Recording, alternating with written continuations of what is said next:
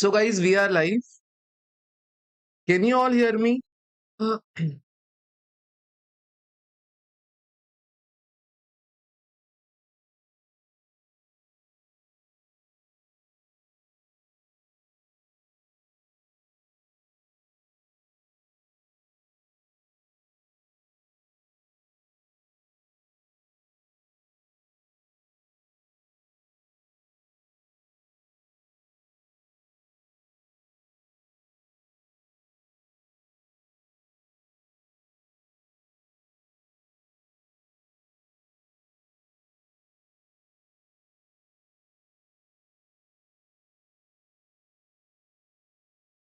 yes, sir, audible. Oh, bapre. I did not share the link. Yesterday, I created the link of lecture number 4 and I forgot to share. Okay, okay, okay.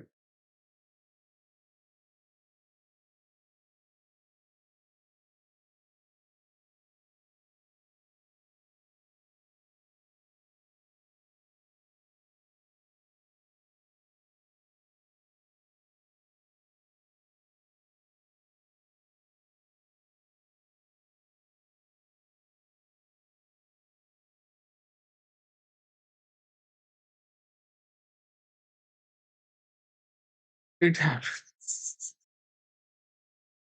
Okay, okay.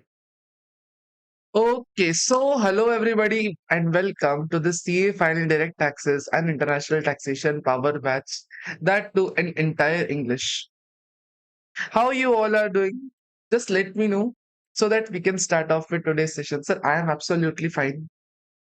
I am personally happy.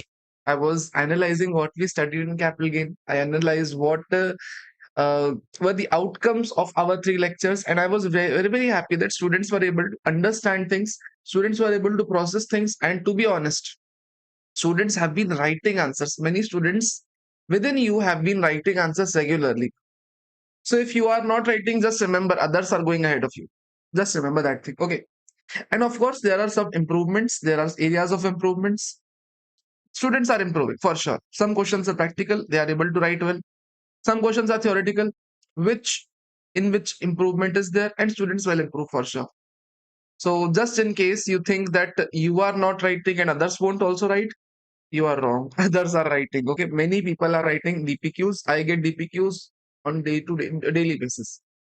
So we have with us Dia, we have with us Monica, then Jayashri, then Satish, and many other people joining. Okay, sir. Okay, sir. Okay. Why shouldn't we revise what we started yesterday? Sir, yesterday only we started off with a good chapter, that is income from other sources. Good as an important chapter, but sir, not that much relevant for exam. To be honest, not that much relevant. But whatever it is, we will cover it in the proper depth. I am good, sir. I am good, sir. I am good. Absolutely good. Absolutely nice, nice, nice. Good morning. Good morning. I'm not able to pronounce your name. Naga Sai. Naga Sairam. Naga Sairam. Good morning. Okay. Yesterday, we started off with income from other sources where we understood just the basic portion of that chapter. Now, what was the basic? Let me brief you. Any income which is not taxed anywhere, that is not taxed under capital gain, not taxed under salary, not taxed under any head, also that is not exempt, shall go to IFOS. Good morning, Soumya. After few days. Oi, hoi, hoi. How is your daughter? How is your child? I mean, is he fine now? Perfect, perfect. Section 56.2 talks about certain items which will always be classified under IFOS. First of all was dividend. Dividend received by anybody would be considered income from other sources. Second thing, interest on securities. See, if you receive any interest on securities, then it would go to IFOS. Mostly it would go to IFOS. When will it go to IFOS? We will discuss that when we will study this topic. If you have winning, better, sir. Okay. You take care also. Whenever you want to watch the classes, then only watch. I mean, that is also important. So take care first. Then, if you have any winnings from lotteries, horse races, card games, online gaming, whatever the winnings we have now, that would go to IFOS only. Next thing, renting. Sir, if we have rented out any plant and machinery, if we have rented out any land, that means if we have rented out anything other than house property, it would go to IFOS. Renting majorly goes to IFOS. Sir, if you receive any money on account of Keyman insurance policy, we discussed this yesterday, that if anybody receives any money on account of Keyman insurance policy, it ideally goes to PGBP. But if Keyman insurance policy is taken for person who is not the key person of the company, for example, Reliance takes Keyman insurance policy for a Bengali Baba who stays at Himalaya, so it would be taxable under IFOs. Any interest received on compulsory acquisition, we took an example that our property is compulsory acquired and we get compensation and we get interest on that, so that is taxable under the IFOs. Whenever we try to sell any property and on that property advance money has been forfeited, so whatever the forfeiture of advance money take place, remember that would always go to IFOs after 1st April 2014. Gift taxation, important, that would go to IFOs. Whenever we receive any gift, it would go to IFOs. Then we have family pension, person receiving family pension, it would go to IFOs. Then we have salaries of MPs, MLA, their salary, their not salary, their income from volunteering services would go to IFOs, and any daily and constituency allowances received by them is fully exempt. Then we had undisclosed income. If you know, we took the example of, I guess it was Dia, I guess, no, Dia. I mean, entire wall in her house was made up of gold. So department came, did ting ting, and Dia was not able to explain anything. After that, director's remuneration, if it does not go to PGPP, if it does not go to PGP, if it does not go to salary, it would go to IFOS. Then we have remuneration on compensation, compensation on termination of employment. For example, I have been paid by some third party coaching institutes just to leave my job, just to leave my work. That would go to IFOS. But if my employer pays the same sum, will it go to IFOS? Right answer is no, it will not go to IFOS, it will go to salary. And at last, any income which is not taxed anywhere would go IFOS. This was the list. In this list, now whatever things that we have marked in blue, we have to discuss further as well. The things that have been marked in red are covered in some other chapter, and whatever the things that have been marked in orange, this is the only explanation we have. We don't have much explanation on that. We don't even require that. Okay, sir. Okay, sir. Okay. Coming on to taxation of dividend. Sir, sir, dividend basically is after tax profit. They distribute from after tax profit. Company earns something, pays taxes on that, keeps that money into reserves and surplus and distributes it further. So dividend is already after tax profit. When it is when it is given to shareholders now, it is again taxable in the hands of the shareholders. So in basics now we say that in the hands of the company it is not taxable. Profit is already taxed. Whatever reserves and surplus company distributes, it is not taxable for the company. Rather, it is taxable for the shareholders. Sir, what are the kinds of dividend we have? Sir, we have basically three kinds of dividend. First of all is final dividend. Whatever company distributes at the time of AGM, annual general meeting, whatever the annual financial earnings the company has earned, out of it, whatever it wants to distribute, now it is final dividend. It is taxable in the year in which it is declared. Of course, after financial year, the AGM takes place in September, October only. And whenever AGM takes place, the company distributes the dividend and it is also paid within a month. So mostly it is taxable in the year in which it is declared only. It is paid also in the same year. So when it is declared, it is taxed in the hands of the shareholders in case of final dividend. In case of interim dividend is distributed on quarterly basis. Say if you know every listed company has to get a quarterly review done. After every quarterly review, it has certain profits. It can distribute profit from that as well, dividend from that profit as well.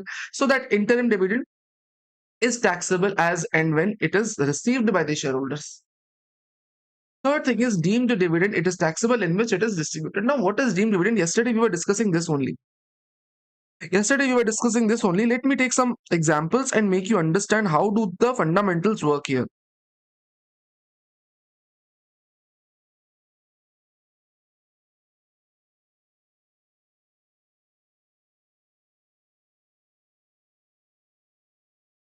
Sir, for example, there is a company, Rahul Private Limited. It has a profit of 100 crore.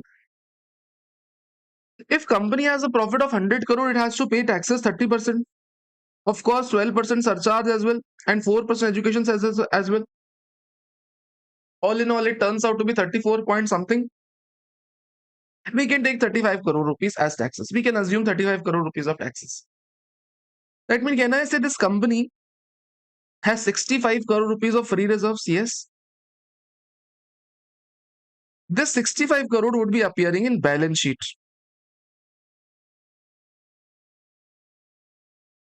Reserves and surplus.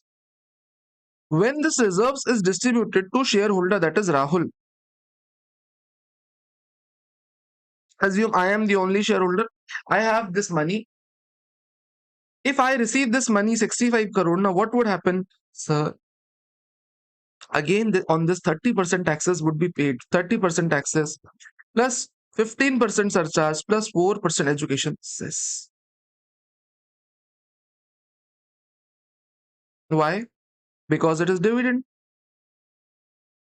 Whenever you distribute reserves and surplus in the form of cash, it is called dividend under section 122.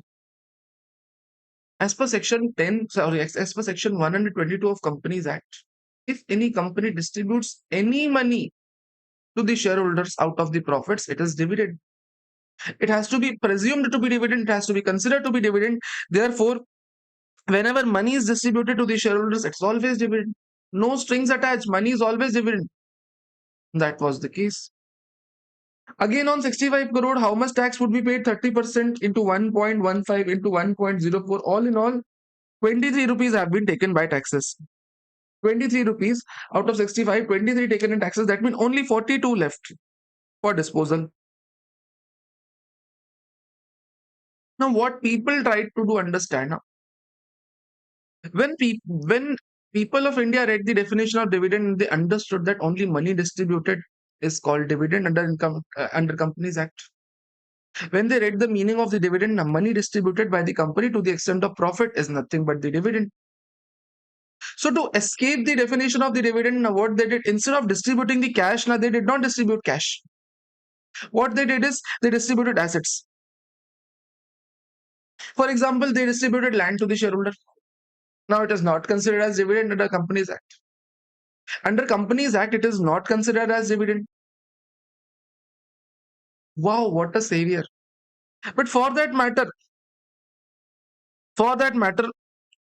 what lawmakers did, they came up with section 222A, which is nothing but a deemed dividend. These are not the actual dividend, but presumed to be dividend. As per Companies Act, these are not dividend. As per Companies Act, these are not considered as dividend, but these are presumed to be dividend for the purpose of income tax. What it says, any distribution of the assets by the company to its shareholder to the extent of accumulated profits, whatever the profits are there, if to the extent of that profit you are distributing any assets, it is as good as you're distributing cash only. We will assume that as well dividend.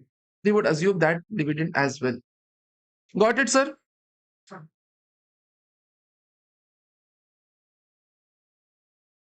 I was very angry. I was very angry. I could not distribute money. I could now not distribute assets as well. I could not even distribute assets as well. What do I do? What do I do, Ji? What do I do? What options do I have? I used my brain. What brain I did use? Listen, huh? Listen.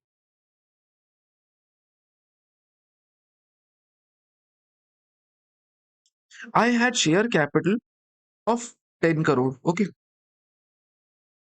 What I did, I gave a bonus.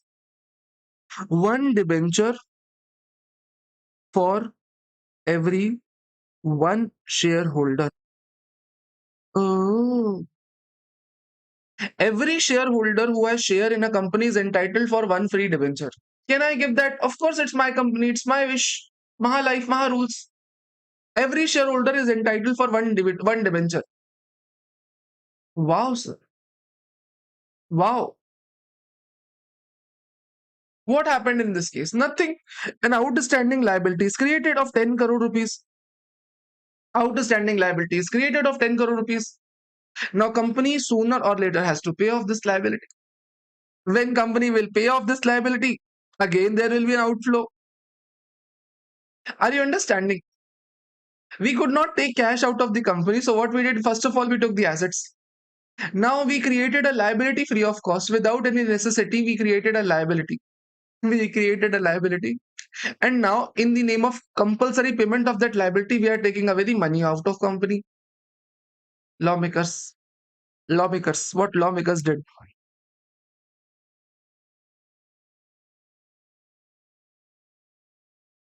Any distribution of debentures, deposit certificates, or debenture stock to the shareholders, or even if you give bonus shares to preference shareholders to the extent of accumulated profits, these are called deemed dividend. That means you cannot distribute assets as well. You cannot automatically create liability for the company so that there would be payment. No, you cannot do that. It will be deemed dividend only. Why you are creating liability free of cost? Why the company is getting liability on its heads without any cost? It is not allowed. It is deemed dividend. Wow, sir. Mhm. Again, one of my option went close. What did I do now? What can I do now? Listen. Third thing what I can do is listen. I said I want money at any cost. Achha, today audio video syncing now. Audio video synchronizing now today. Yesterday this was the issue, and I felt really bad when I ended the lecture. Audio video synchronizing today. Just message me. What? I wanted money really badly, and I know I didn't wanted to do any. I didn't wanted to pay any tax.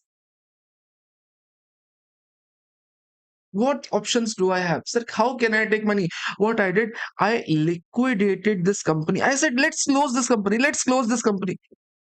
Yes, sir. Yes, sir. Perfect. Okay, okay. Let's close this company. Once I close the company, find it. Once I close the company, whatever money is there, we can take it out. Whatever assets we have, we can take it out.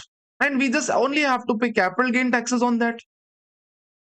If you remember, whenever there is a liquidation, whatever the assets take come out of the company, we have to pay capital gain taxes on the entire share capital. You remember capital gain is applicable in the hands of the shareholders. We had also example on this. I had given you a homework to do it. Whenever company does any liquidation, capital gain is attracted. I was very happy. Let's pay capital gain taxes, 12.5% taxes. That's okay. I don't want to pay 30% of taxes on dividend. Let's liquidate the company. Lawmakers said no. Lawmakers said no. Even if you liquidate, even if capital gain is applicable, but to the extent of these profits, to the extent of these reserves, we will charge you dividend. And over and above this dividend, over and above this profits, whatever profits you have, they would charge capital gain on that. People were trying to now reduce their tax liability by opting for capital gain only. Lawmakers said no. If you have any profits and you liquidate now, this profits would be first taxed under deemed dividend if you distribute any asset. This is what mentioned here. Distribution of assets on liquidation to its shareholders to the extent of accumulated profits.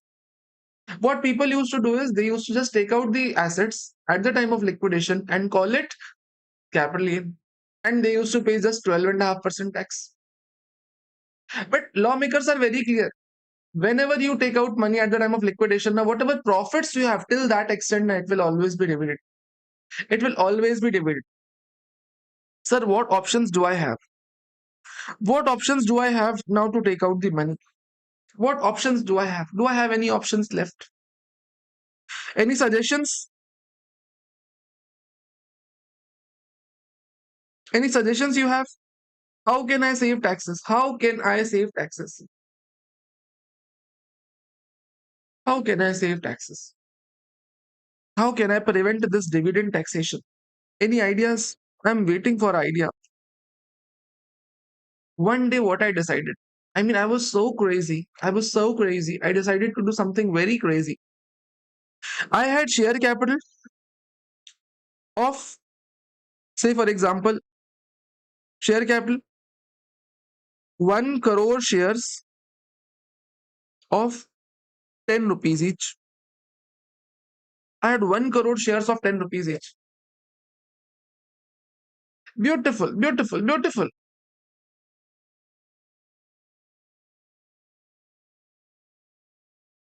That is also good idea, Monica. Very good idea. We will discuss that as well.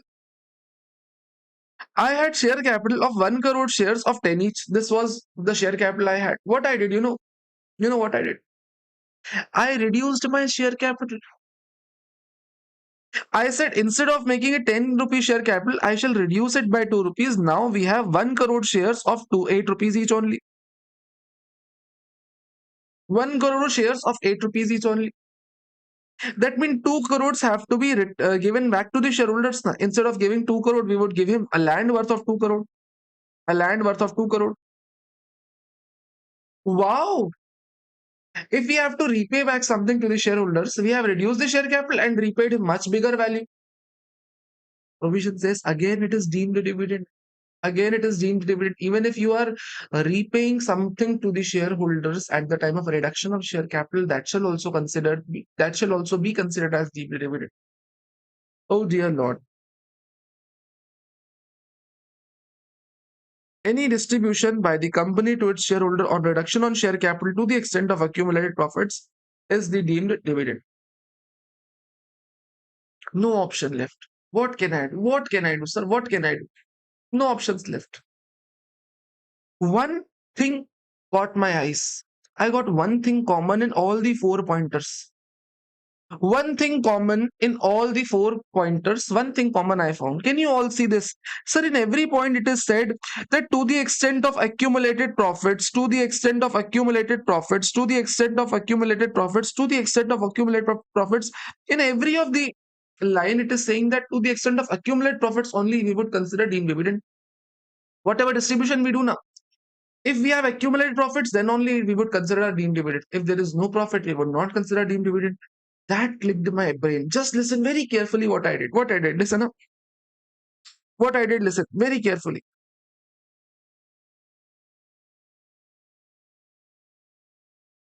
Very carefully, a very logical thing I did.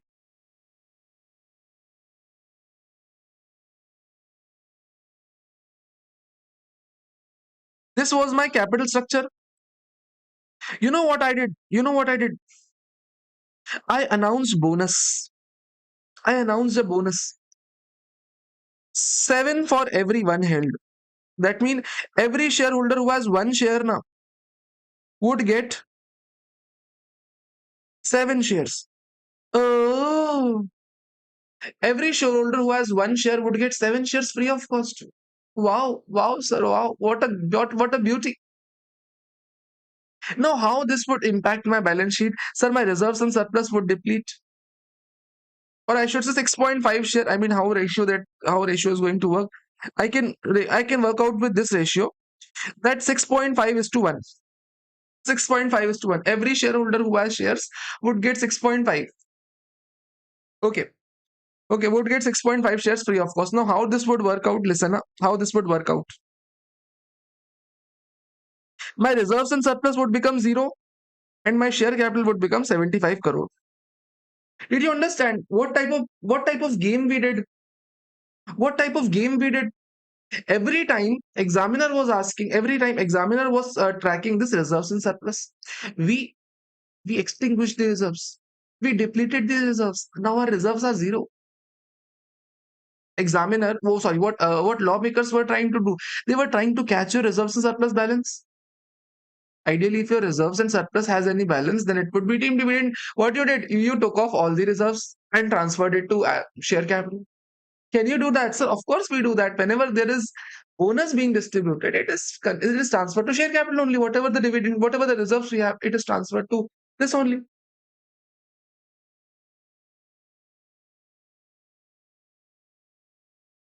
Nice, very logical point. Now, if I distribute 65 crore rupees to the shareholders, will it be dividend? Right answer is yes. Why?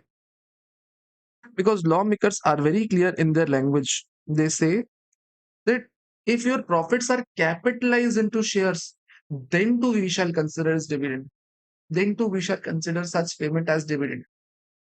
If you have reserves and surplus looking in the balance sheet now, then distribution is dividend only. But if you have capitalized these reserves and surplus into share capital, then too distribution shall amount to dividend. This is what is mentioned: capitalize or not, capitalize or not, capitalize or not, capitalize or not. If you distribute any dividend, if you distribute any assets, if you create any liability, if you distribute any type of assets at liquidation, if you distribute assets on reduction of share capital, if you have reserves and surplus, now it is deemed dividend only. If you don't have reserves surplus, you have capitalized these reserves, now then too they shall be considered as deemed dividend. Done, sir. Done, sir. Done, sir.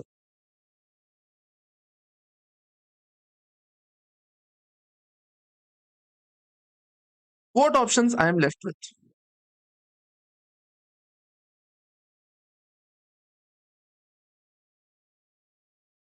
What options I am left with?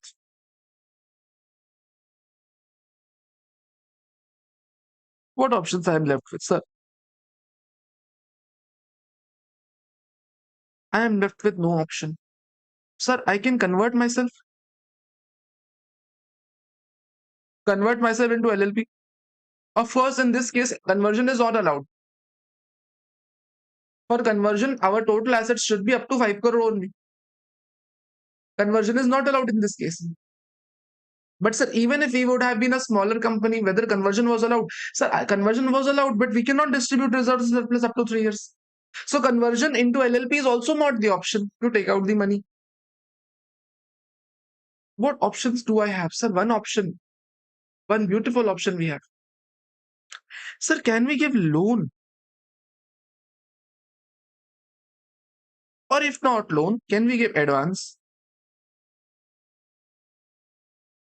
Lawmakers again made a rule that if you give any loan or advance, if you give any loan or advance to a shareholder who has greater than or equal to 10% voting power, if you give to any entity where such shareholder has substantial interest,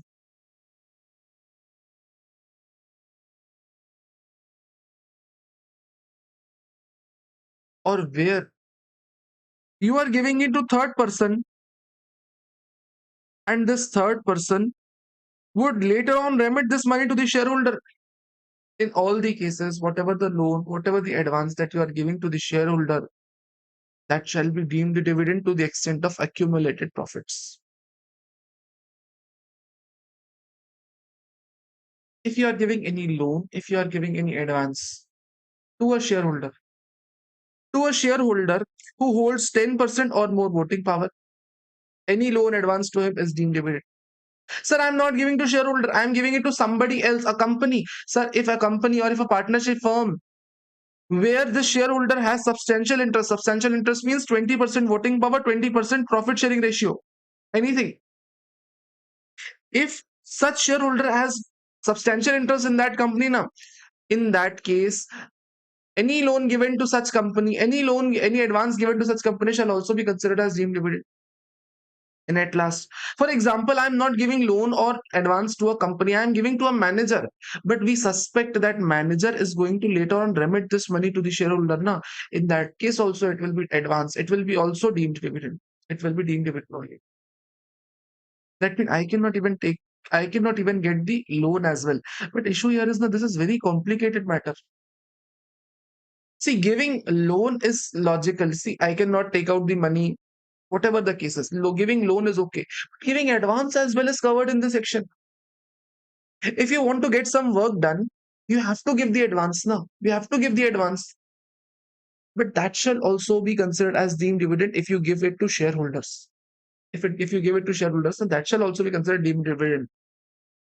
So there were some practical issues with this section. I will discuss that. First of all, let's read the legal text. What the legal text says: if any of the company in which public is not substantially interested. What does that mean? See, this provision under 222 is not applicable to the company which is listed company.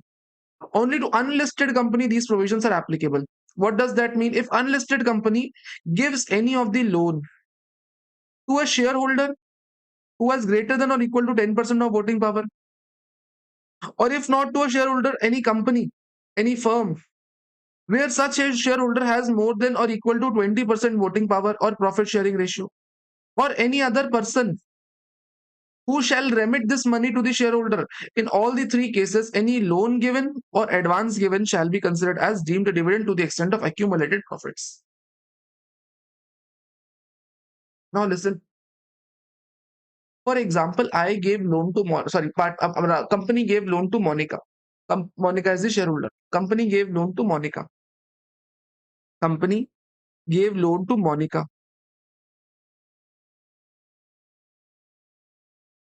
on 1st April 2025. Market rate is say 12%, and loan given to Monica is 17%. Will that be deemed dividend? Yes, sir. That should also be deemed dividend. Even if you're charging more than market rate of interest, that is not relevant. Giving up loan is deemed dividend.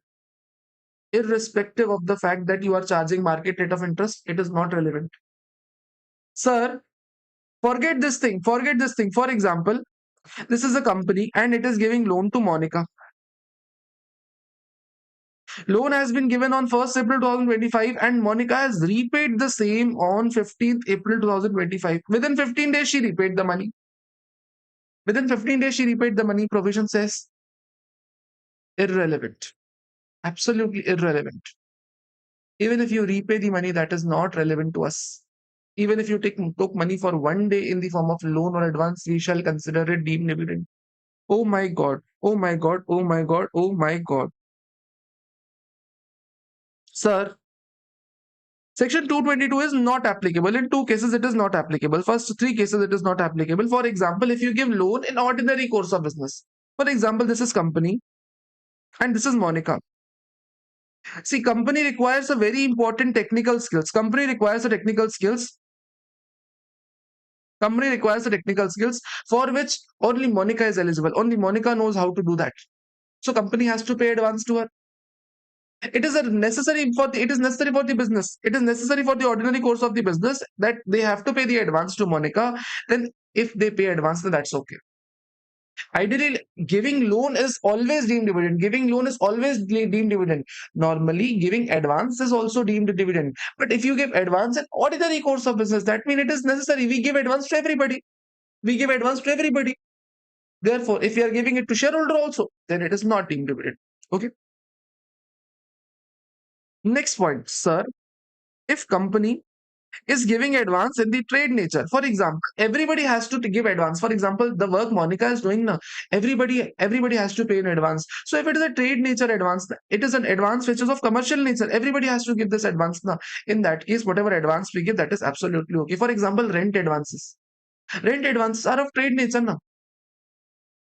It is the nature of the business that whenever we take properties on rent, we have to pay advance 2 month rent, advance 6 months rent. We have to pay sometimes. So provision says if it is of trade nature, commercial nature, that advance has to be paid. Then we have to pay it. That's okay. It shall not be considered as deemed dividend. At last, if we are giving any advance against which we are yet to receive any services, then it shall not be considered as deemed dividend. What did I say? Three things. Ideally, if any loan is given, it is always the deemed dividend. But if any advance is given, normally it is deemed dividend, but in three cases we have exception. What are three cases? First of all, ordinary course of business, advance of trade nature, and advance against which services are yet to be received from the shareholder. In these three cases, it shall not be considered as deemed dividend.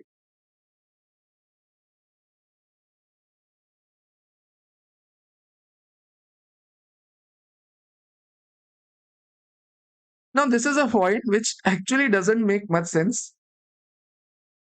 Actually, it is a point which doesn't make much sense. See what happens. What this point is.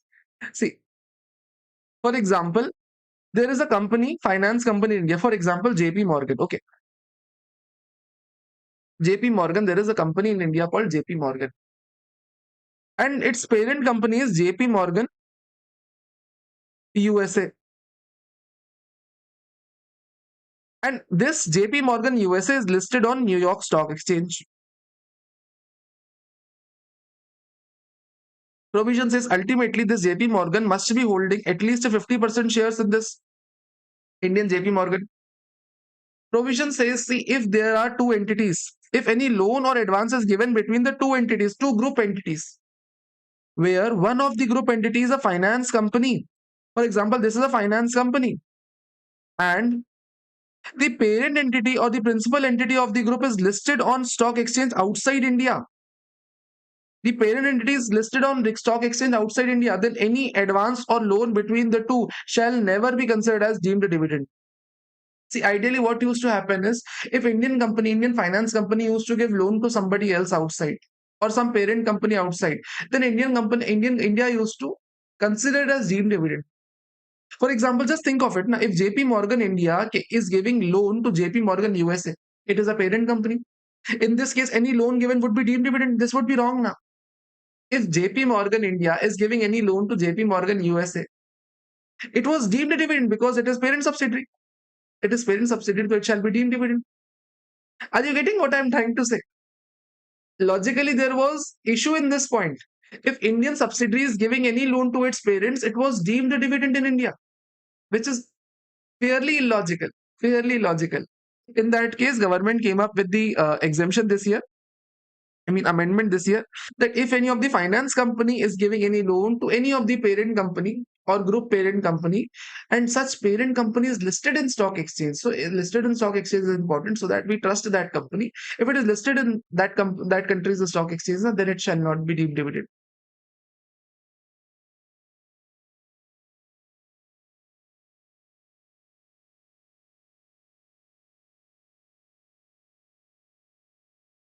Sir, whenever whenever we distribute, now for example, we had share capital of 10 crore and reserves and surplus of 65 crore. Whenever we see the accumulate profits, these accumulate profits are book profits, not the assessed one. As per Income Tax Act, no. As per books of accounts, whatever the profits are, we shall be taking that. Sir, for example, our reserves and surplus are 65 crore and share capital is 10 crore. Okay. And a piece of land is there worth, sorry, not worth, but cost 2 crore rupees, market value 10 crore rupees. And this piece of land has been given to the shareholder. It will be considered as dividend? Yes. If company has a piece of land whose cost is 2 crore rupees and market value is 10 crore rupees, and if this has been given to the shareholders, My question to all of you is how much amount would be deemed dividend? Whether cost shall be taken as deemed dividend or whether market value shall be taken as deemed dividend?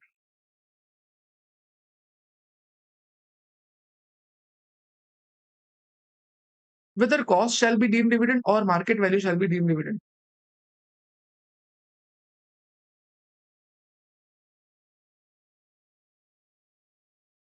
Sir, where any asset is distributed, beautiful Satish, where any asset is distributed under 222A C D, then fair market value of such asset on the date of the distribution shall be taken for the dividend computation.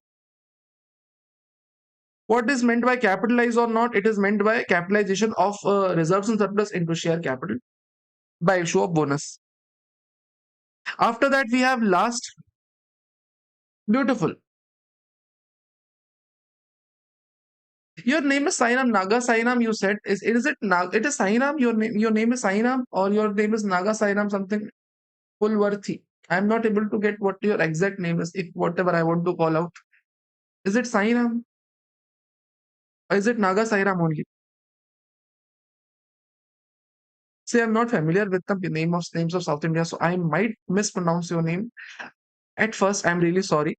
And if there is a correction required, just let me know. I will correct it. Now, These were 5 deemed dividends we discussed. Distribution of any assets, Sai Ram sir. Perfect. If we distribute any assets, it is deemed dividend. If we create liability intentionally, that is also deemed dividend. If we distribute assets on liquidation, that is also deemed dividend. After that, sir, if we reduce share capital and distribute assets, that shall also be deemed dividend. After that, sir, if we give any loan, that shall also be deemed dividend. At last, we have another section which is if we do buyback. If any company does any buyback and any payment is made to the shareholders, it is deemed dividend only. Any payment done to shareholders, that shall be deemed dividend only. We shall discuss this when we will study assessment of various entries. In depth, we will study that topic. Done, sir. Simple point. Dividend was easy. It wasn't difficult at all. It wasn't difficult at all.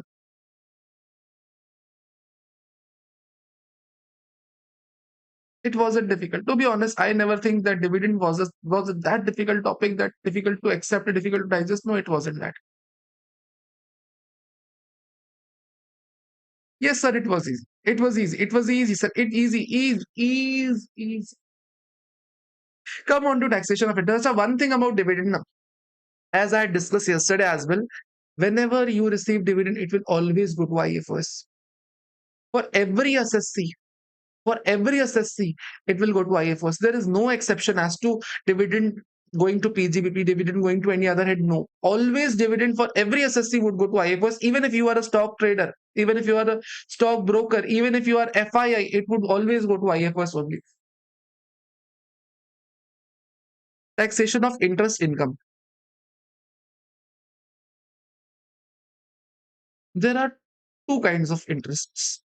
First of all, some of them are exempt and the other ones are taxable. Some of them are exempt, the other ones are taxable. If you receive interest on public provident fund, it is exempt. Any interest received on account of public provident fund, it is exempt. Any interest received on account of post office savings account, if you have savings account at post office now, then up to 3,500 rupees of interest is exempt. Exempt means exempt, not deduction. Huh? This is not chapter 6 deduction, that is exemption. If you receive any interest from post office savings account up to 3,500, it is exempt. And if you have a joint account, then jointly 7,000 rupees interest is exempt. If you remember the definition of capital assets, what was the definition of capital assets? Sir, capital assets implied three things, if you remember. Any ULIP is a capital asset. Any securities held by FII is a capital asset. Any securities held by AIF was also capital asset. These were capital assets, if you remember. Apart from that, any other asset was a capital asset. Any other asset. In this any other assets, we had 4 exclusions. If you remember, there were 4 exclusions. Stock in trade to be removed. Movable plus personal assets were to be removed. Rural agriculture land were to be removed. And there was something. Gold deposit bonds were to be removed, if you remember. Gold deposit bonds and gold monetization certificates. If you remember, this was the definition of capital assets. Gold monetization certificates. These were to be removed. Any interest on these gold monetization bonds and gold deposit certificates is exempt as well. Any interest on gold monetization bonds and gold deposit certificates is also exempt. Interest on gold deposit bonds, it is exempt. Sir, on SGBs, it is not exempt. Sovereign gold bonds, any interest is not exempt. On sovereign gold bonds, if you receive any interest now, it is not exempt. What is exempt? Interest on gold deposit bonds and gold monetization certificates that were excluded from the definition of the capital assets.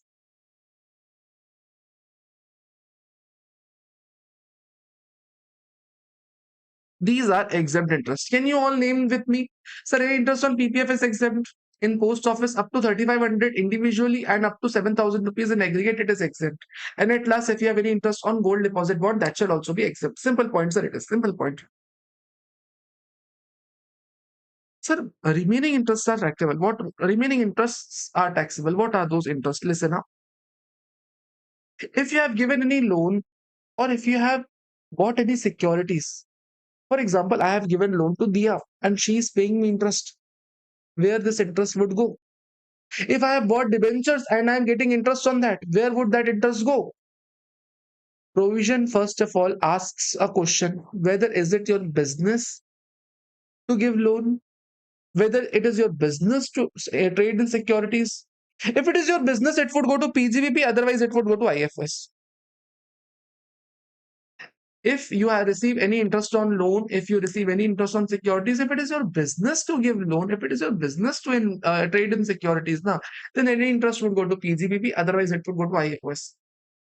Sir, for interest, we have this option that it might go to PGBP if we have that business, it will go to IFS if we don't do that business. We have option in interest, but in dividend, we don't have an option. In dividend, it will always be IFS. Remember, huh? If it is our business to give out loan to everybody, then interest would go to PGBP.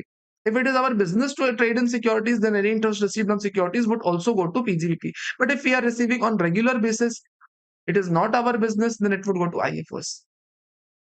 Second thing, sir, if we receive any interest on bank FD, recurring deposit, fixed deposits, then ideally also, or sorry, savings account as well, it should be taxable under IFS.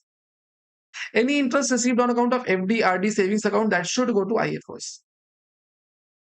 Sir, if we receive any income tax refund and we receive interest on that income tax refund, now that shall be always IFS. Always, always, always IFS. Always IFS. Okay. Always taxable under IFS. Interest on IT refund is always IFS for everybody, for every SSC as well. It is taxable under IFS. Now, very carefully listen to this point. Very carefully, Anna, very carefully. Sir, if you receive interest on loan or securities, or if you receive any interest on FD, RD or savings account, it is taxable on the basis of accrual. That means if interest is accrued, na, it would be taxed in your hands. You would see in FDs it happens. Most oftenly, you don't receive any interest on FD. Rather, FD keeps on adding up. FD keeps on increasing. You don't get any interest in money form. So these interests are taxable on the basis of accrual. As soon as they accrue, you will be taxed. If you have given loan to somebody and interest has been accrued, they are not paying you back. Provision says that shall also be taxable. So these interests now are taxable on accrual basis. But interest on IT refund is taxable on the basis of receipt basis. It will be only taxed when it is received. Got it? Got it, Ji, got it. Sir, we got that point. We got that point. What did I say taxable? What did I say about taxable interest? Any interest on loan or securities shall go to PGBP if it is our business. Otherwise, it shall go to IFS. Any interest on FD, RD savings account, it shall go to IFS. Any interest on IT refund shall go to IFS. Interest on securities, loans, FD, RD savings account shall be taxable when it is accrued. Interest on IT refund shall be taxed when it is received. Certain. Sometimes what happens is we have to do FD. We have to deposit some security deposit which is necessary for the business, and it will mention, question will mention that it is necessary for the business. For example, if you are aware, whenever I want to set up a factory, we have to get a big electricity connection. We require NOC from multiple people and we require a big metered connection in our factory. For that matter, we have to deposit a very big sum to the electricity board. 20 lakh, 30 lakh, 40 lakh, we have to deposit to electricity board. It is deposit given. Always it is deposit given. If you are aware, it happens. If you have done audit of a factory, you would see that they have already deposited 20 lakh, 30 lakh rupees to electricity board. Every month they receive interest on this. 10,000, 5,000, 8,000, 10,000 is the interest every month they receive.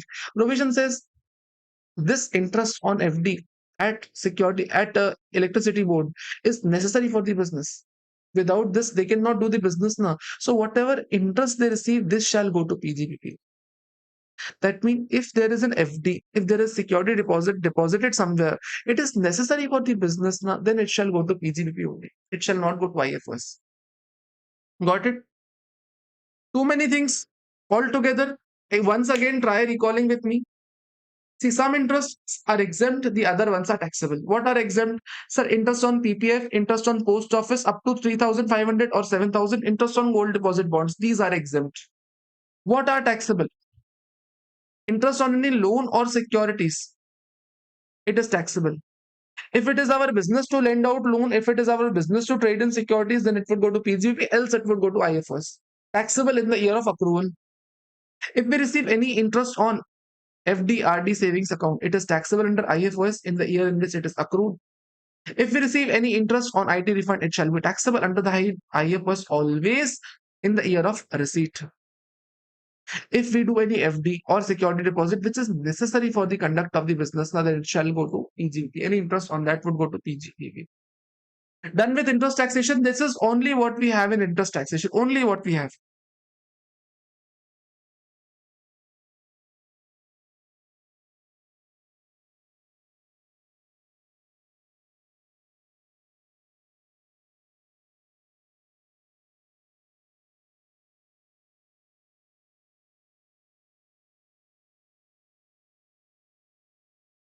Clear?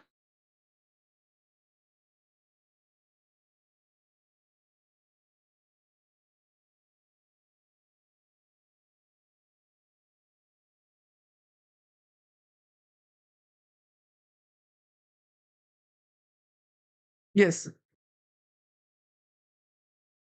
Third, income from renting of plant and machinery.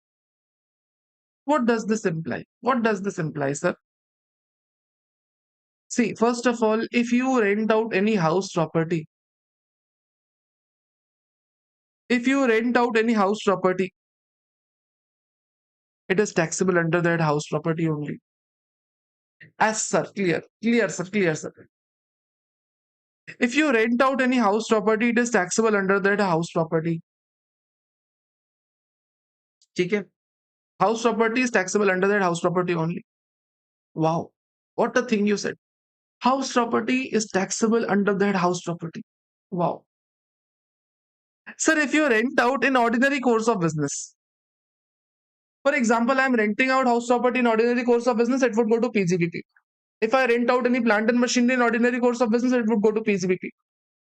When I rent out any other thing, it would go to PGBP. For example, land I'm renting out plant and machinery, whatever I'm renting out, it shall go to PGBP if it is my business to do that. But sir, if I do not do such business, I do not rent out house property, I do not rent out house property, then in that case it would go to IFRS. So two filters have to be removed. First of all, it should not be house property and it should not be my business. It should not be house property and it should not be my business. If both the conditions are fulfilled, then rent would go to IFRS. For example, rent on land. If I give out land on rent, it would always be IFRS. If I sublet my property, if I rent out my plant and machinery, if I rent out my furniture, whatever rent I receive, that would go to IFRS. How it would go? See, whatever rent you receive, now take that on gross basis and you get a standard deduction. Any expenditure done to earn that. For example, you have a plant and machinery. You have done repairs of that, reduce that. If you have done insurance of that, you can reduce that. If you have depreciation on that, you can also reduce that. If there is some fixed maintenance cost involved, you can also reduce that. Whatever expenditure that has been done on that asset, you can reduce that. Whatever expenditure you have done, you can reduce that. Done, sir? Done, done, sir. Done, done. Done, sir. Done. Perfect. Easy peasy.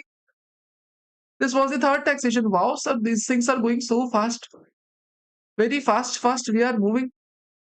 Yes, why would we not move fast? जीना इसी का नाम है moving fast. Come on to gift taxation. First of all, always understand before understanding gift taxation is gift is from recipient point of view.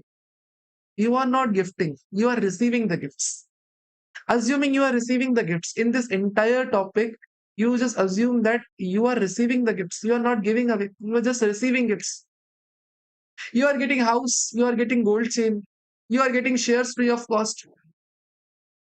Anything that you receive will be considered here. You don't have to give anything. Don't have to give anything. Just receive. Wow, what a life. Sir, there are two kinds of gifts. First of all, they are exempt. If they are not exempt, then they are taxable. If gifts are not exempt, then they are taxable. Now, which all gifts are taxable and which all gifts are exempt, that has to be understood very, very, very carefully. Very carefully. This is the only gray area in the entire topic. So you have to focus here a lot. If you receive any gift on account of marriage, it is exempt. If you receive any gift on account of marriage, it is exempt. Sir, I got married. For example, I got married and my father got gift. My father also got gift because when I will get some gifts now, my father would also get gifts now.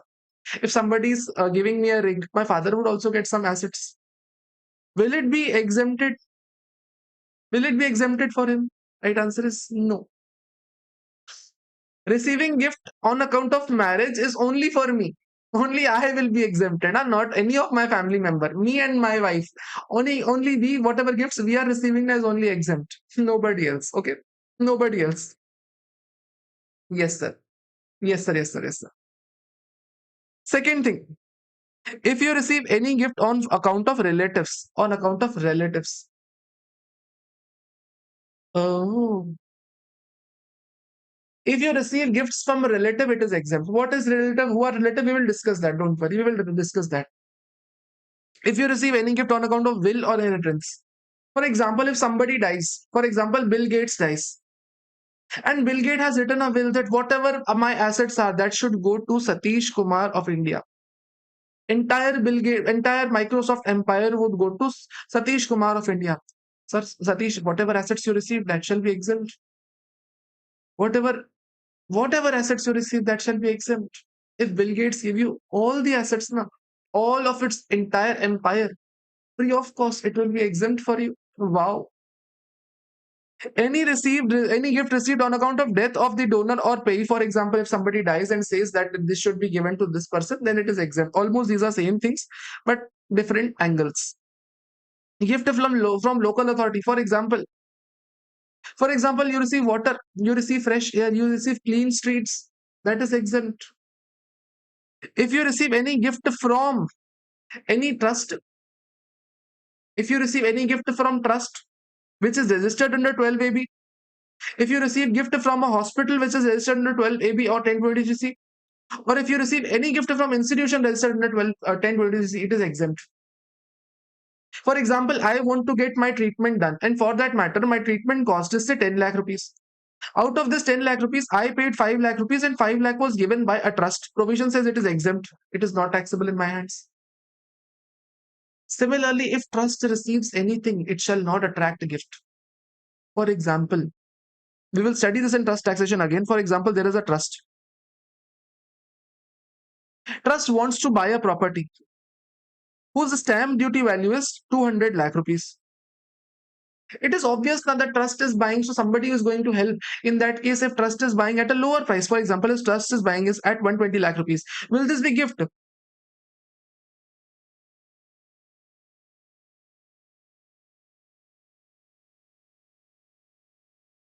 Whatever property you are buying at a lower cost now, if trust is buying any property at a lower cost, it is exempt. So it is not considered 56 student. It is not considered a gift. Remember.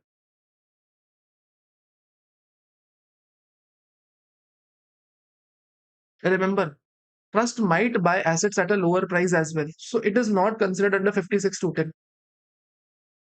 Any benefit received by the trust or any benefit received from these trust is not considered a gift under 56 to 10, or if it is considered, it is exempt. Beautiful point said by Dia. Dia, what Dia says, see. So gift received by the father on your marriage from a relative is exempt, right? Since he got from a relative. Remember, this is not fully correct. For example, this is Rahul and this is my father. This is my marriage. Whatever gifts I will be receiving, it is exempt. Whatever gifts I am receiving, it is exempt. Whatever gifts my father is receiving, he might be getting from multiple people.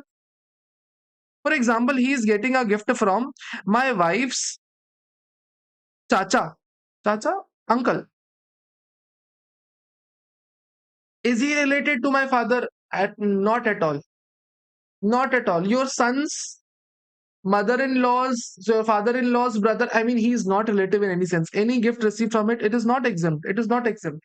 Of course, for my father, he should be relative. For my father, if he is relative, then it would be exempt. But if somebody else is giving other than father, other than relative, it would be taxable now.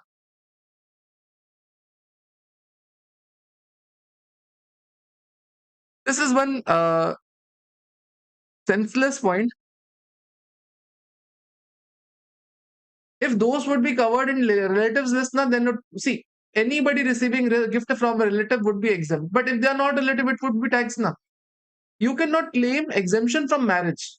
My point is, if my father is claiming exemption because I am getting married, he would not get exemption because I am getting married. Of course, for some other reasons, if he is getting gift from a relative, it would be exempt. If he is getting gift up to 50,000 rupees, it would be exempt. Other conditions are to be checked. But solely because I am getting married, just because of this marriage exception, he would not be exempt. For example, he is getting gifts from a trust, it would be exempt. He is getting gifts from relative, it would be exempt in his hand. Okay. Now listen carefully.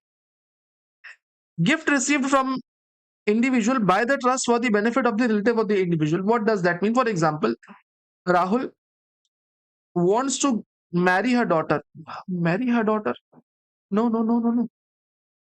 I want money. Sorry, I want to save money for marriage of my daughter. Not I want to marry my daughter. It is I want to save money for my daughter's marriage. Okay. Now for that matter, what I did is I created a trust. Every month I donate some money. I keep some money here. And at the time of marriage, now what will happen? I will take out the money and use it for my daughter's marriage. Provision says any money received by this trust is exempt. See, ideally, if this would have been registered, then already exempt. But since it is not registered, then too it would be exempt if it has been created only for my relative's benefit. If it has been created for my relative's benefit, it would be exempt. But sir, what if this trust uses this money for a third person? For example, my friend's daughter. For my friend's daughter. Then it would be taxable in the hands of the trust. It would be taxable.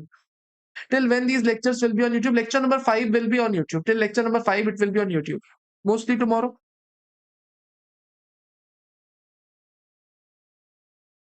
Got it? Sir, what are exempt gifts? If you receive any gift on account of marriage, it is exempt. If you receive any gift on account of if you receive any gift from relatives, it would be exempt. If you receive any gift on account of will, inheritance, death of the donor, pay, it is exempt. If you receive any gift from local authority or any of the trust institutions, it is exempt. If these trust receives any gift, that is also exempt. If if you receive any gift, sorry, if any trust receives a gift which has been created for the benefit of such individual, then too it is also exempt. So these are exempt gifts. In this entire lesson, I am yet to tell you who is your relative. Who is your relative? Okay, just come on to a rough page. If you are making notebook, now come on to a rough page. Come on to a rough page. I will tell you what relative means.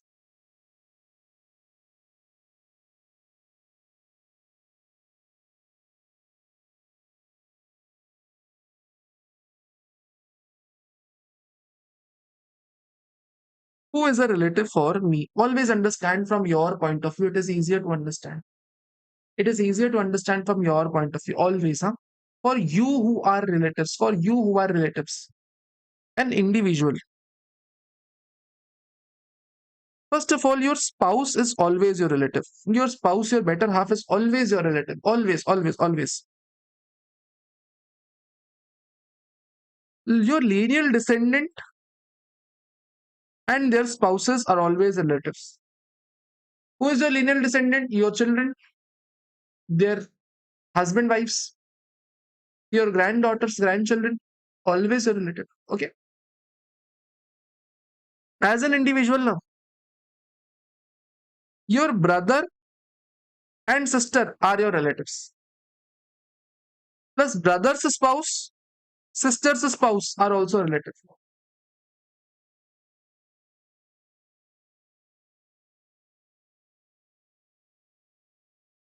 Your spouse's brother, your spouse's sister, and the respective spouses are also relatives.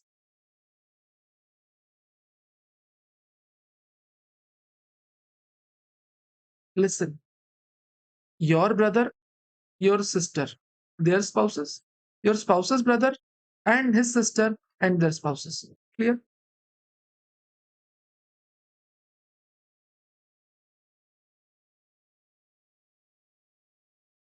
Your mother, father, your spouse's mother, father. These are also relatives. In addition to that, your mother's brother, sister, your father's brother, sister, and their respective spouses.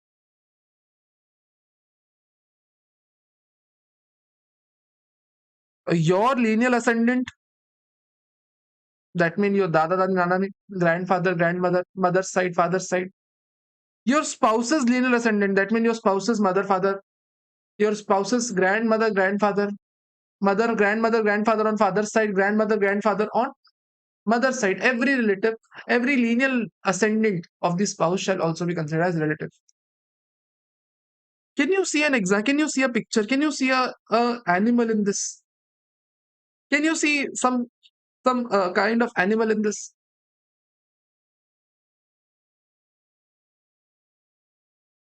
Can you see some kind of animal here? Try looking at this with my eyes. You would see something. You would see something. Sir, we are able to see something, but what we are not able to understand. If I ask you, what do you see here?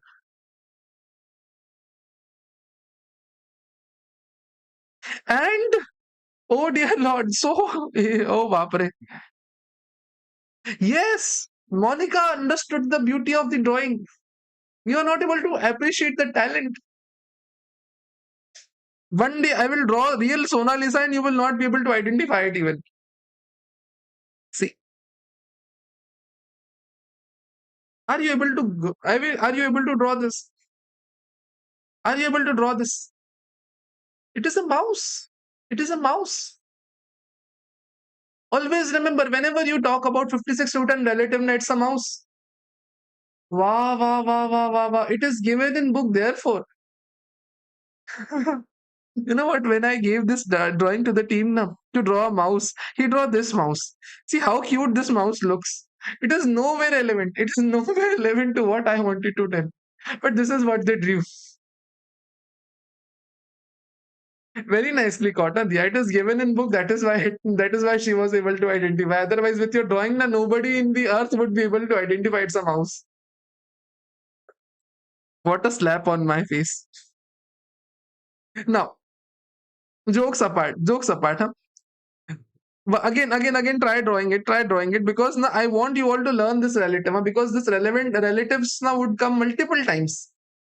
56 to 10 relative would come multiple times. So for that matter, I want you all to learn them. It is, देखो, individual and his spouse. Their lineal descendant. Individual's brother, spouse, individual sister and their spouse. Spouse's brother and spouse, spouse's sister and spouse. Individual's mother, father, and their brothers, sister, respectively, their respective spouses. Father's brother, sister, and their respective spouses. Spouse's mother, father. See, spouses, uncles, we don't take. Huh? Spouses, uncle, auntie, we don't take. And individuals, lineal ascendant, lineal ascendant. Got it? Understood who all are relatives? Who all are relatives? What will I ask next? Sir, it is 8:43. You have time of 3 minutes. 8:46. You have to draw this mouse and send it to me. You have to draw this mouse and send it to me. What I want is at least your hand should have practice of understanding who relatives are. Who your relatives are, you must be able to understand. So does definition of relative remain same through the Income Tax Act or it changes from chapter to chapter? Yes, it changes from chapter to chapter. Sairam, under 56 to 10, we have different relatives. Under 40A2, we have different relatives. Under Transfer pricing, we call it associate enterprise. That in that case, definition changes. So definition changes of the relatives. That therefore I'm saying that. Otherwise, if this would have been constant, you were able to learn it easily. But from position to position, relative would change.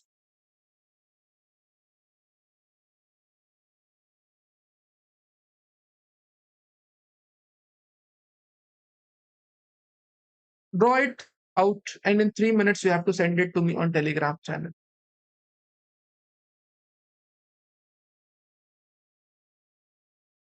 What I want is just a small practice. I know you must be writing, but I really want you all to draw this once. Not that I have devised this, that this mouse will make you remember. No, this is not what I want. I want your pen should work. Every student who is sitting right now, if you are watching this recording, then to draw it. If you're watching it at 2x, just pause the video and then draw it. Take time drawing it because this will make you remember. Entire chapter is not useful, but some things that are useful must be in your mind. Okay?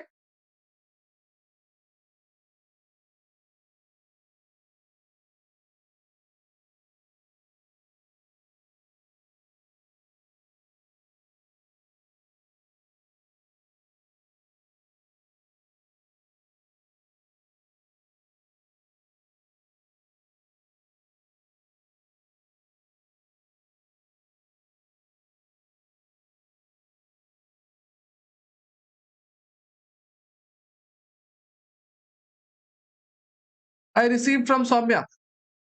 I received from Soumya.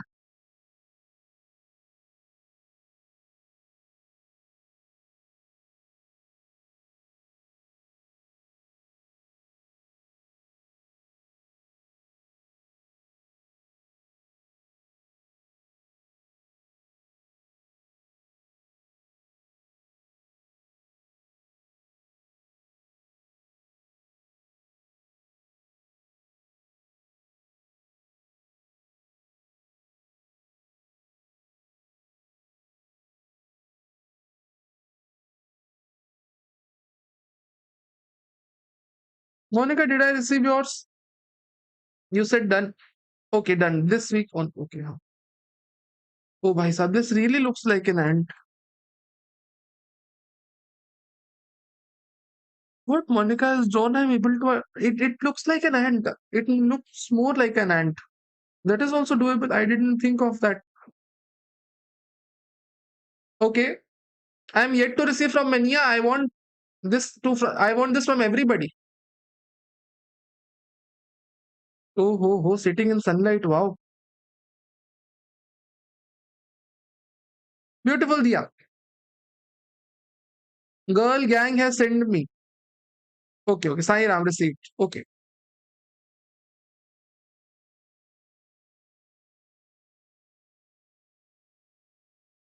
Nice, Sai Ram.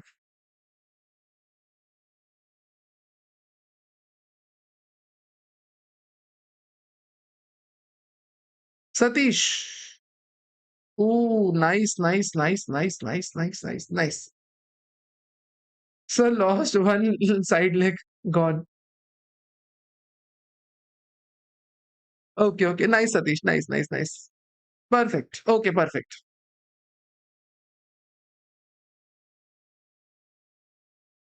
See, there are multiple other exemptions. To be honest, there are multiple other exemptions, but that are not relevant.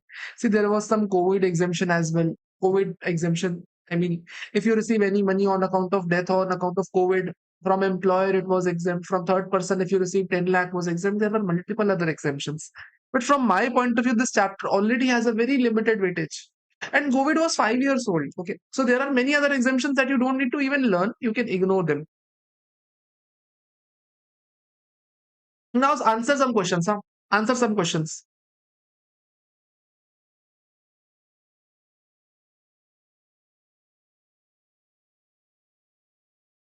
It was my marriage. It was my marriage.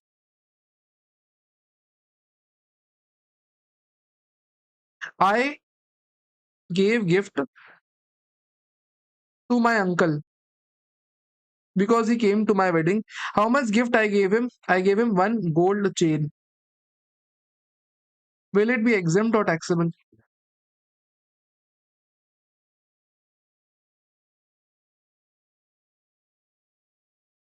My no marriage moment. No marriage moment. My mother's sister gave me 1 lakh rupees for no reason. And in return, I gave her 2 lakh for no reason. Point number one, point number two, point number three.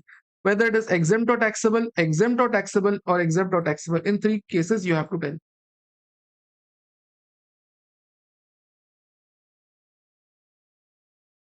In first case, Sai Ram is in the favor of taxable. Okay, I see.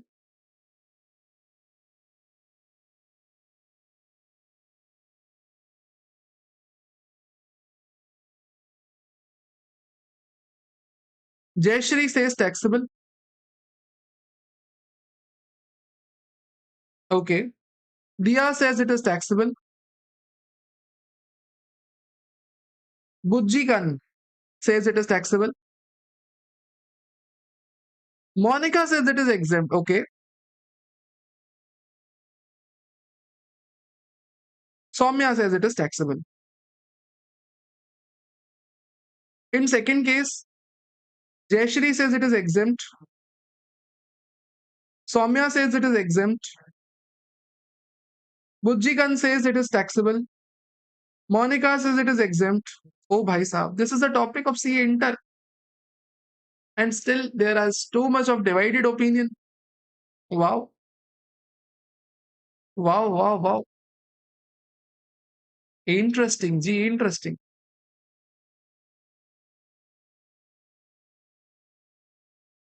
Sai Ram says second is exempt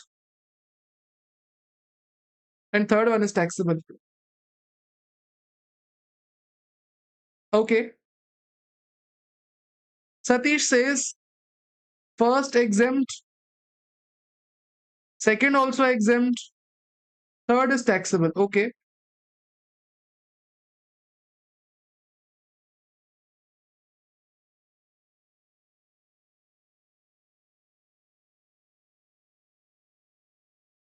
Dia says taxable. Soumya says third one is taxable. Dia taxable. Soumya taxable. In third one, we are very much clear that everybody says the taxable. Okay. Now shall I tell? First of all, if I gift if I gift a gold chain to my uncle on my marriage, I gift a gold chain to my uncle on my marriage. First of all, in my marriage, any gift I am receiving is exempt. But my uncle receiving any gift, it should be taxed. It should be taxed. But is he getting any gift from a relative? Strange. Anybody want to amend any answer? Anybody want to amend any answer? My uncle is receiving gift from relative.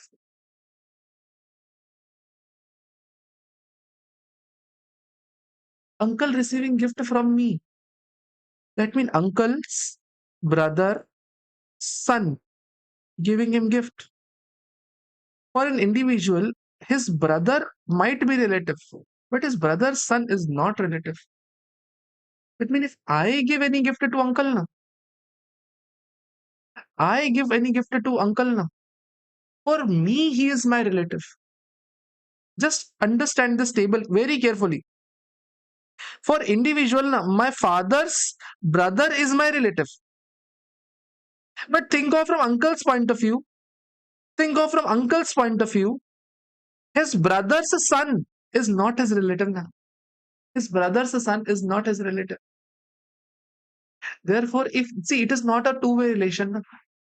If I give any gift to my uncle, na, it is taxable for him. But if he gives the same gift to me, it is exempt in my hands. There isn't two-way relation. It is one-way relation for uncle. In gift, na, In relatives, it might happen that somebody is relative for you, but I mean, you are not relative for him. It might happen. Uncle is relative for me. Any gift I receive from uncle, now it is exempt.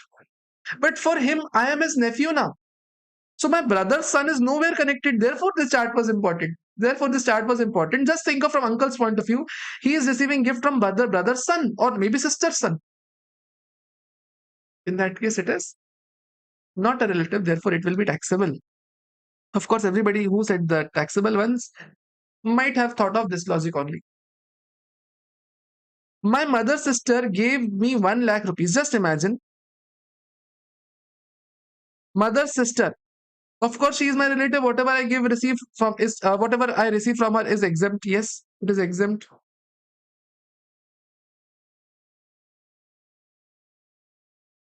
Third thing, I gave her 2 lakh rupees in return. For example, just think of from mother's sister. Okay, mother's sister it was. Yes, mother's sister. My sister's son. My sister's son is giving me some money. Uncle's spouse's dad. Oh, sorry.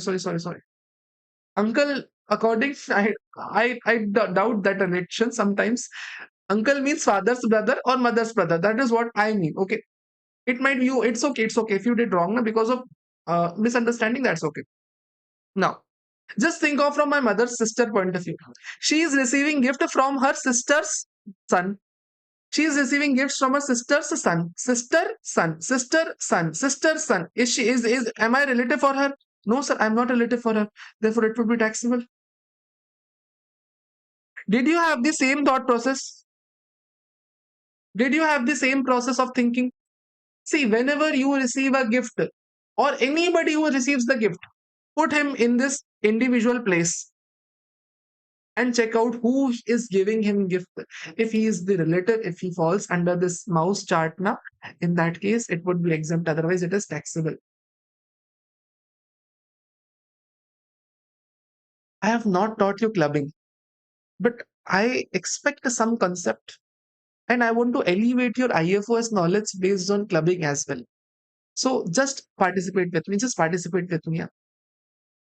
Are you aware of this fact that if a father-in-law gives any asset to the daughter-in-law, clubbing provisions apply? For example, for example, this is Rahul. This is my son, Chotu Rahul. And Chotu Rahul is married to Choti. Choti? Oh, okay. Rahul Jr., JR wife. Okay. This is my son's wife.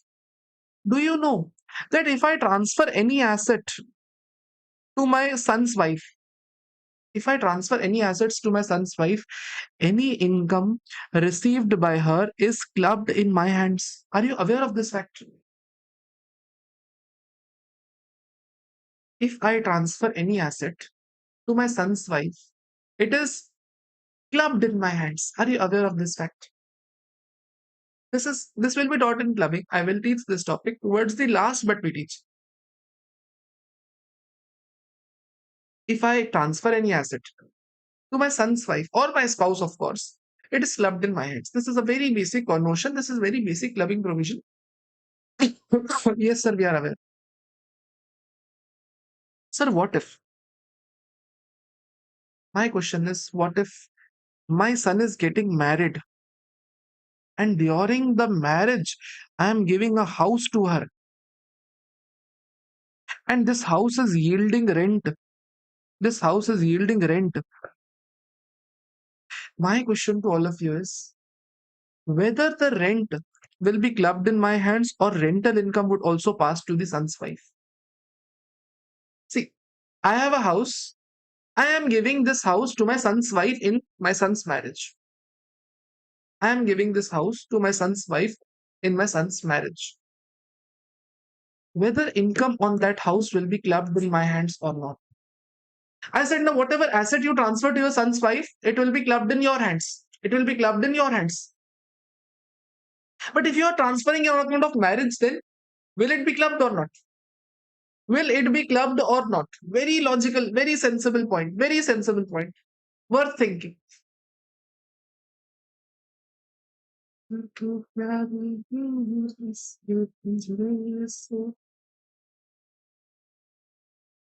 that be clubbed?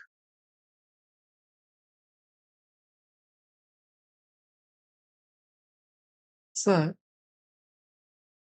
two concepts here apply simultaneously. Beautiful answer. Beautiful answer. Soumya says no. Sai Ram says no. Dia says no.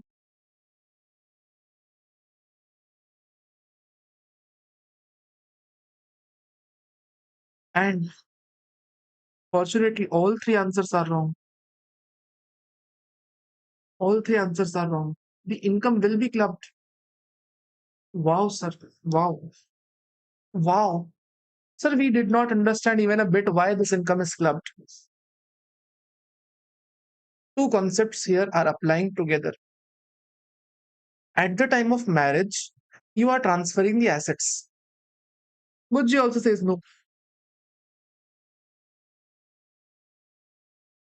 Again, it is also wrong. Whenever you transfer any asset at the time of marriage, is it an exempt transfer for you? Is it an exempt transfer for me? Sir, for Rahul, will there be any capital gain? No, sir, there will be no capital gain. If I gift anybody any asset, it is an exempt transfer. Yes or no? Yes, sir, it is exempt transfer. It is an exempt transfer. Wait a second, Monica. Wait a second, Monica. If I transfer any asset to my son's wife for free of cost, it is an exempt transfer for me. Got it, sir? Accepted? Yes, sir, it is accepted.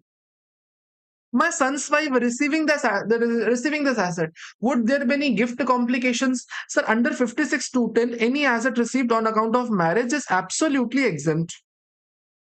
It is absolutely exempt.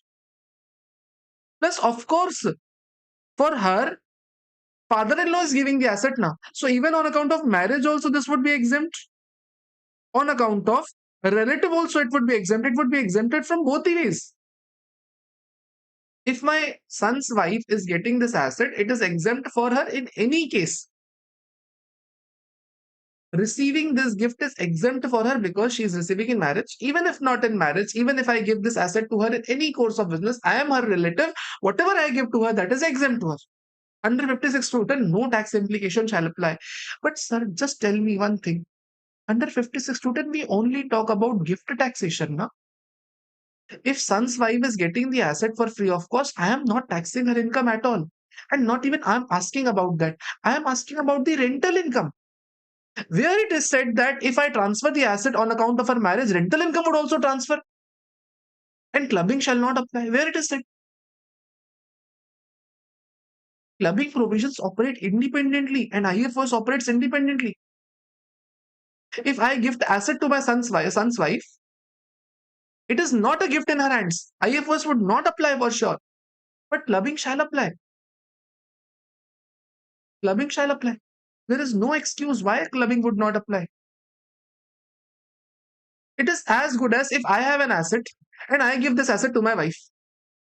You will say that it is an exempt transfer. Why clubbing would apply? Arey Baba, this is an exempt transfer. Exempt transfer just saves 56(2)(10) taxes. Just saves her from gift taxation. But it never saves her from clubbing. Are you getting me? If I transfer any of my asset, then clubbing provision on the income of such asset would apply in my hands. This 56(2)(10) only saves the gift taxation. Only saves the taxation of the gift. Capital asset receives at free of cost, no taxation on that. This is only saving, gift taxation is only saving that tax. But if there is any income involved in that, income shall still be clubbed and clubbing provision shall apply. And this was tested in Jan 26 MCQ. Same answer I gave on YouTube as well when these answers were out, not answers were out, when paper was out. There were 100 students all against me, like you. You said, no, sir, no clubbing would not apply. All the 100 students who commented on my video all said, sir, you said wrong, but this is what the fact is. If I give you any asset, I have no capital gain. You are not suffering any gift taxation, but clubbing provisions are independent, na, they shall apply. That is what the case here was. If a father-in-law gives any house, if any FD to her daughter-in-law, it would be exempt in any case. It would be exempt. But clubbing provisions are not exempted now. Under 56 to 10, we never talk about the income from the asset. We only talk about the asset. If we receive asset for free of cost, asset from a relative, it is exempt in our hands. But any income is also exempt. Any income would also transfer, that is not dealt in 56 to 10. That is dealt in section 54, section 64. And that will be clubbed in father-in-law's account. Beautiful point. Beautiful, worth doing point it was. Worth doing point it was. I hope you got the point. I hope you got the point. Dia, is it in Acha, Dia's question is very good. Dia's question is very good. Isn't it unfair because this what is the purpose of gifting? Gifting's purpose is to transfer the ownership. Okay. Dia, ideally gifting purpose is to transfer the ownership. Now owner is wife, owner is a son's wife only. Owner is son's wife only. But that gifting should not be used as a tax transfer tool. See, there are only few relations in your life through which you can do tax planning. One of them is your spouse, and the other one is son's wife. You can do tax planning. Only these two relations have been critically considered by lawmakers. You are transferring this asset to her. We are not charging any gift taxation in her hands. Then why you are transferring your rental income to her? If you have any rental income from that house, why are you transferring that? That is not allowed. Got it? Gifting only exempts the receipt. I mean, whatever you are receiving is exempt. But income on that gift is not exempt. It will be clubbed in their hands. Okay. I guess that's enough. I mean, this was an exam question. That is why I discussed. Otherwise, there was no point in discussing. And we normally discuss this point in clubbing as well. We do mention, we do club, I mean, we do combine these topics, IFRS and clubbing, in when we'll study clubbing as well. But we have done right now, so our burden has been loosened up. Huh. Now we understood what is an exempt gift. We understood what is an exempt gift. We know where gift will be exempt. If we receive on relatives, if we receive on account of marriage, if we receive on account of uh, death of a person, will, inheritance, if we receive from a trust, it is exempt. There are multiple other exemptions, but we don't have to remember any of them. Now, a gift which is not exempt. First of all, gift has to be examined whether it is exempt. If it is not exempt now, then we have to look at it. Just have a look at it. The gift that is not exempt. You know what? You know what? You will not understand. You will not accept. I mean, you will not accept this. This time in Jan 26 also it happened, and in September 26 also it happened.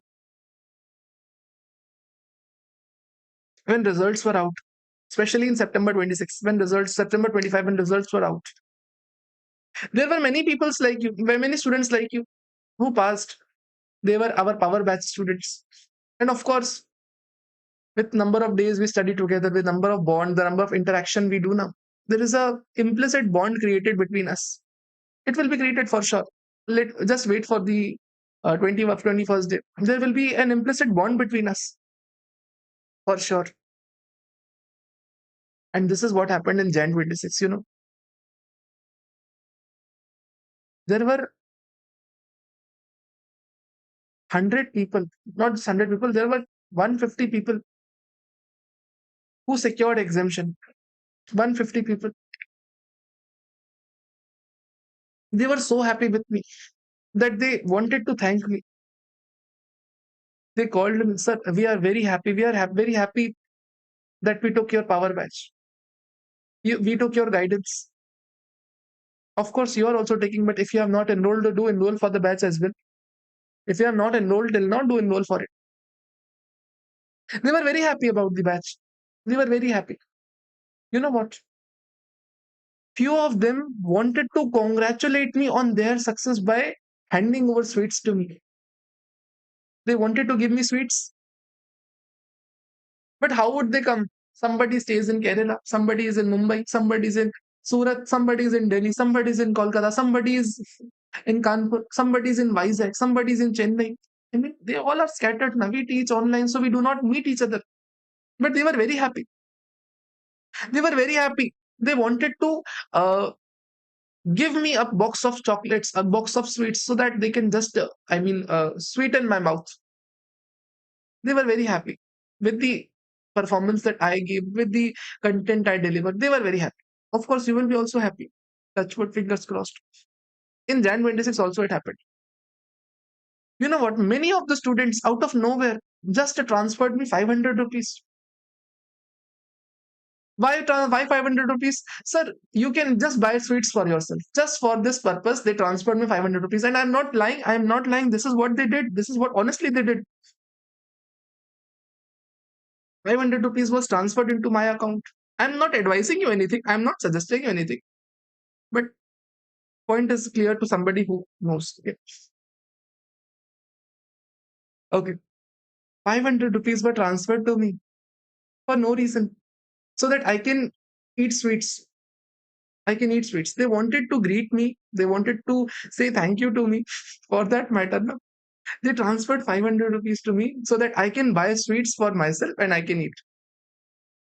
Likewise, likewise, 125 people transferred 500 rupees to my account. 125 people transferred 500 rupees to my account. How much it tallies to? So 62,500 rupees. 62,500 were credited to my account on the result. 62,500 rupees were credited to my account. I mean, what satisfaction can there be? What more satisfaction can there be? They had already given me fees. Like, you had already enrolled for the batch. If not enrolled, do enroll as soon as possible. They had already given me fees. Apart from that, they are giving me this 500 just so that I can eat sweets. Wow, such a sweet gesture.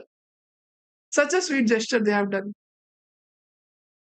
I was happy. Students were happy. Everybody was happy. But there was somebody who was smiling in the corner. If you know, you know. A lady who said, "This is the Kanun of this country. This is the Kanun of this country." She said, "Rahul sir, oh, very happy, very happy. Students scoring exemption, 62,500 account में receive हुआ. Oh, wow, wow, wow. If money received has been more than 50,000 rupees in a year, it shall become the gift to you and you have to pay taxes on that."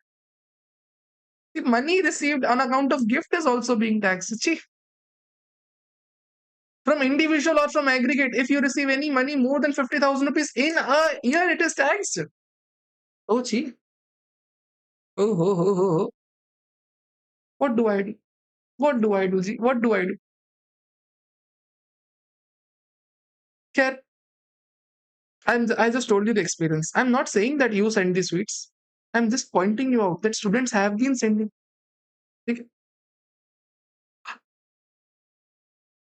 Okay, okay. Done, sir, done, sir. Done. You know what? I'm telling you the real life instances only. One day I went to Chappan shop. There is Chappan shop in Indore. Don't worry, sir. We won't make you pay taxes. Oh. Very nice, very nice. Diya is saying, sir, don't worry. We will not let you pay any taxes. We don't. Okay. Done. That's okay. If you score exemption, and that is the best thing I can ever have.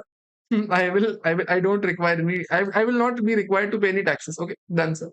Now, see, even if you give me the money, na, my income will be below basic exemption limit only. So even if after that, na, I will not be required to pay taxes. So you can give me any sweets. I am below basic exemption limit only. Then, sir, let's second point. One day, I was going to Chappan shop. You know Chappan shop? It is a street food market in Indore. If somebody has heard of it or if somebody has seen on Instagram, it is a street food market. I mean, entire city you might see in the evening. I mean, every person who is in the city comes there just to visit, just to walk around, eat something and go away. I used to go there for drinking tea. One day I was having a cup of tea at Sappan, and somebody looked at me. Oh, Rahul sir, you're Rahul sir, no? You're Rahul sir, no?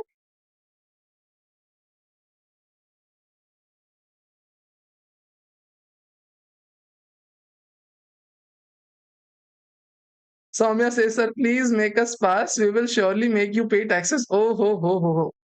Thank you so much. I'm trying my level best. Okay, I am trying my level best, not just to make you pass, but make you score more than 65. That has been the day one target, and that is why we are discussing this point as well. One day, I was traveling to Chappan. I told you, I went to Chappan is a street food market. There are 56 shops out there. You can have a street food there. Now, I was drinking tea. Somebody said, "You are Rahul Sarna? You are Rahul Sarna?" I said, "Yes." Perfect, perfect. He said, "Sir, you remember?" I said, "No, no." "Sir, I took your class. I took your class, sir. I took your class. And today I work at Deloitte. I'm the I'm the assistant director. I'm the assistant director at direct taxation just because of your classes. I'm so happy for you." That he was wearing a gold ring. He just took it off and gave it to me as Guru Dakshina. If you know Guru Dakshina, as a gesture of happiness, he took out his ring, gold ring. He gave it to me. It was 10-gram gold ring. He took it out and gave it to me just for no reason. Are you getting? For no reason, he gave this ring to me. Provision says.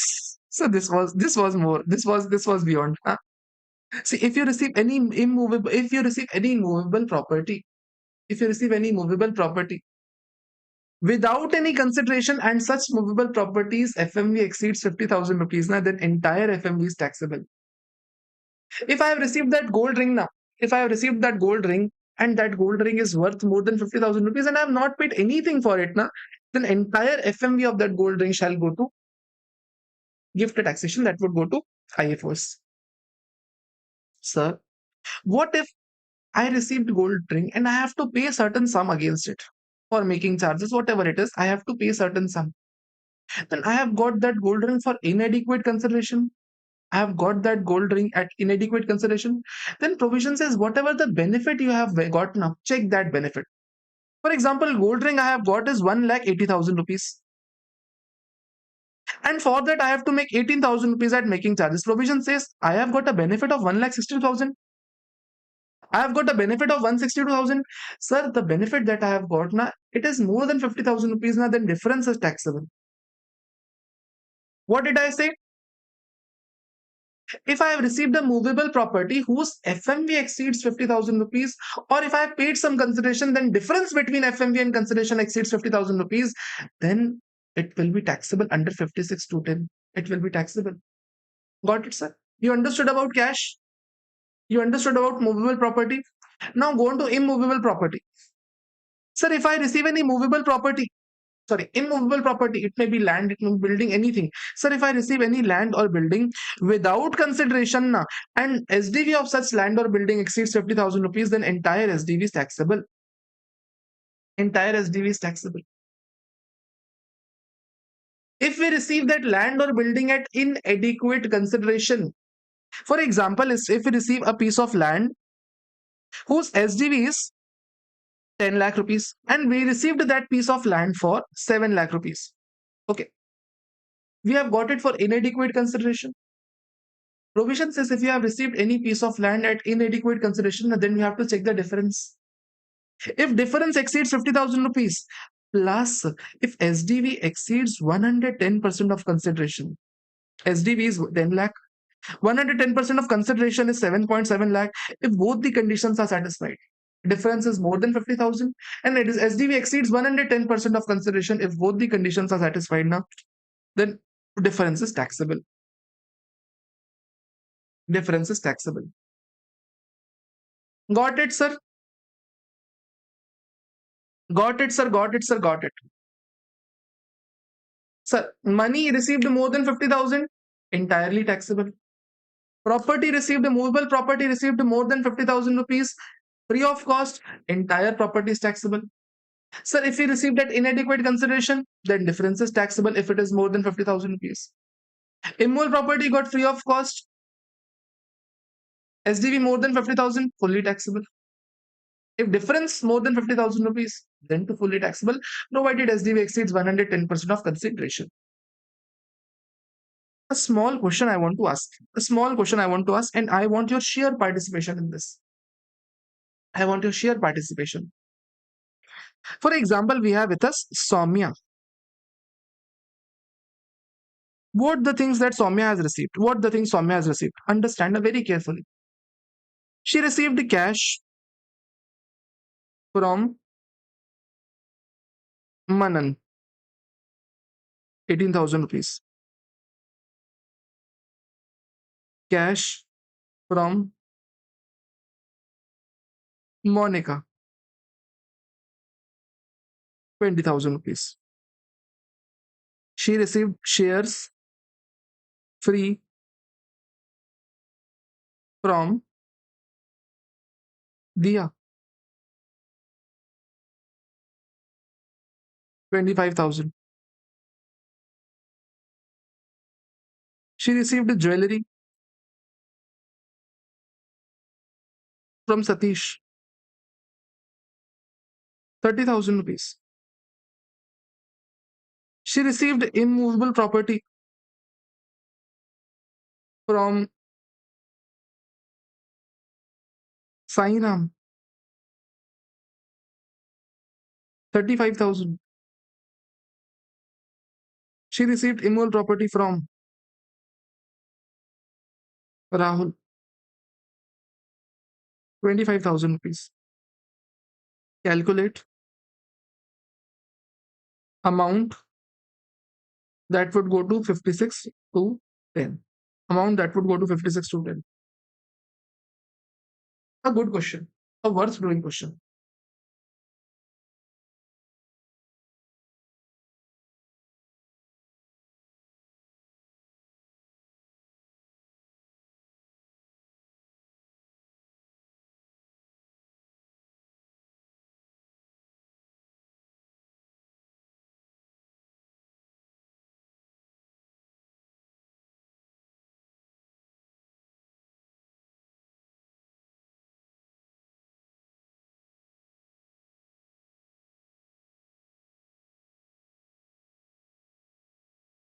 How much would be transferred to 5610 combined together?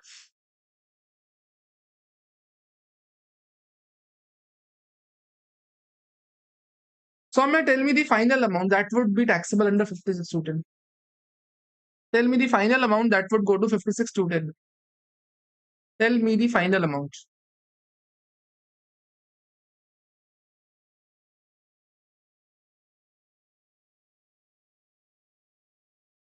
Soumya says 5,000. Okay.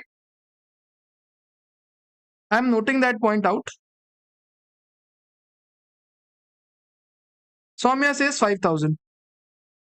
Okay. Noted. Noted, noted, noted.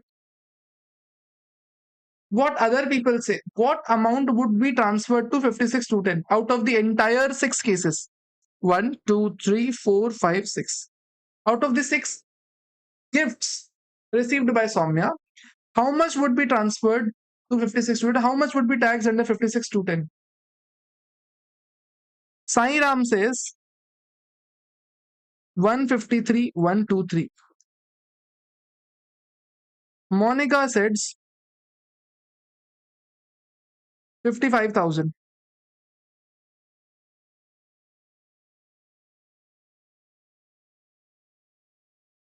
Okay, I see. What other people say? See, do a random guess now. What's harm? I'm there to correct now. Okay. Dia says 115. Satish says nothing. 0. Because everything is within the limit. Okay, nice, nice, nice. Well thought, Satish. Soumya corrected her answer. She said 90,000 rupees. 93,000 rupees. Okay. Sainam also changed to 93,000. How come? Bujji says 115. Okay, I see.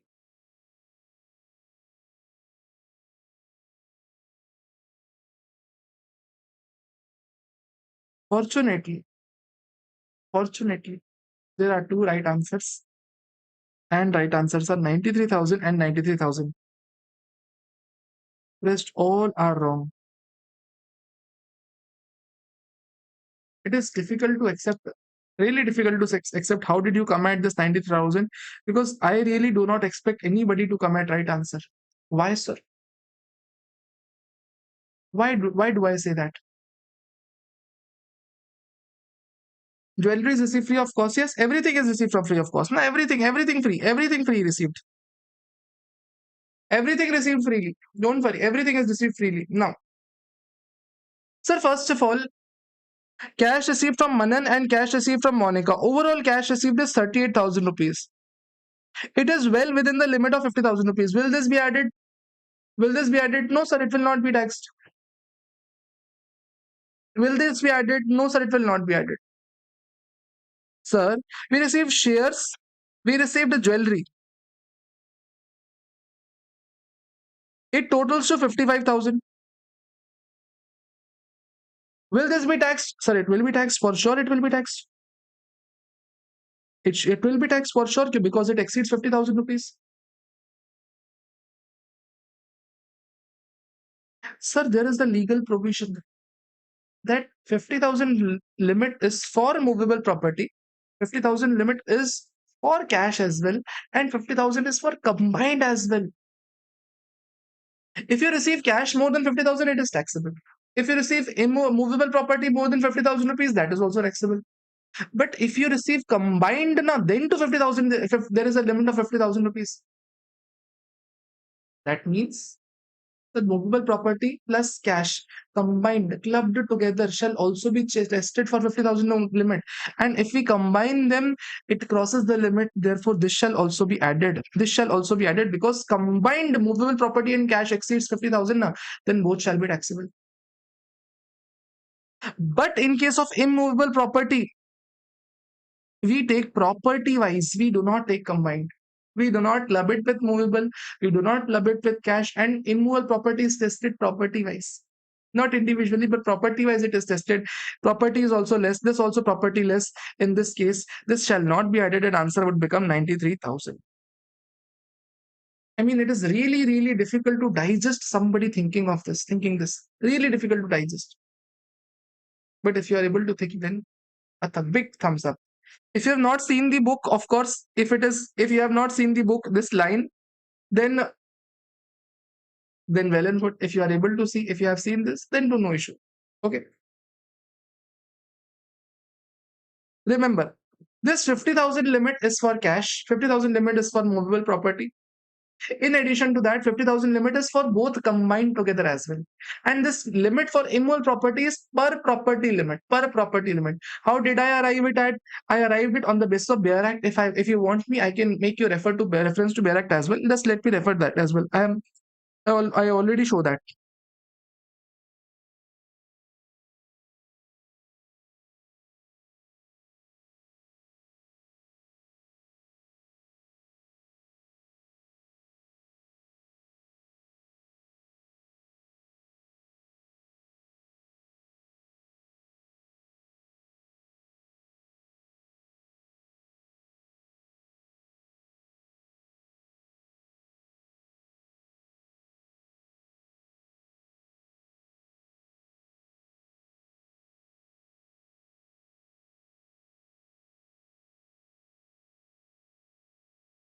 There you go. 56.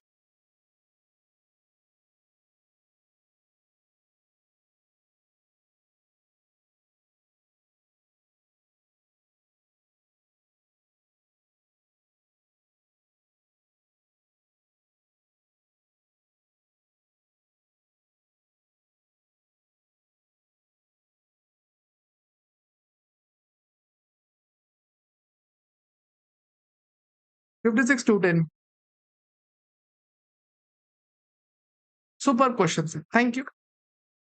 Just have a screenshot of it, have a reading of this section once, you will understand.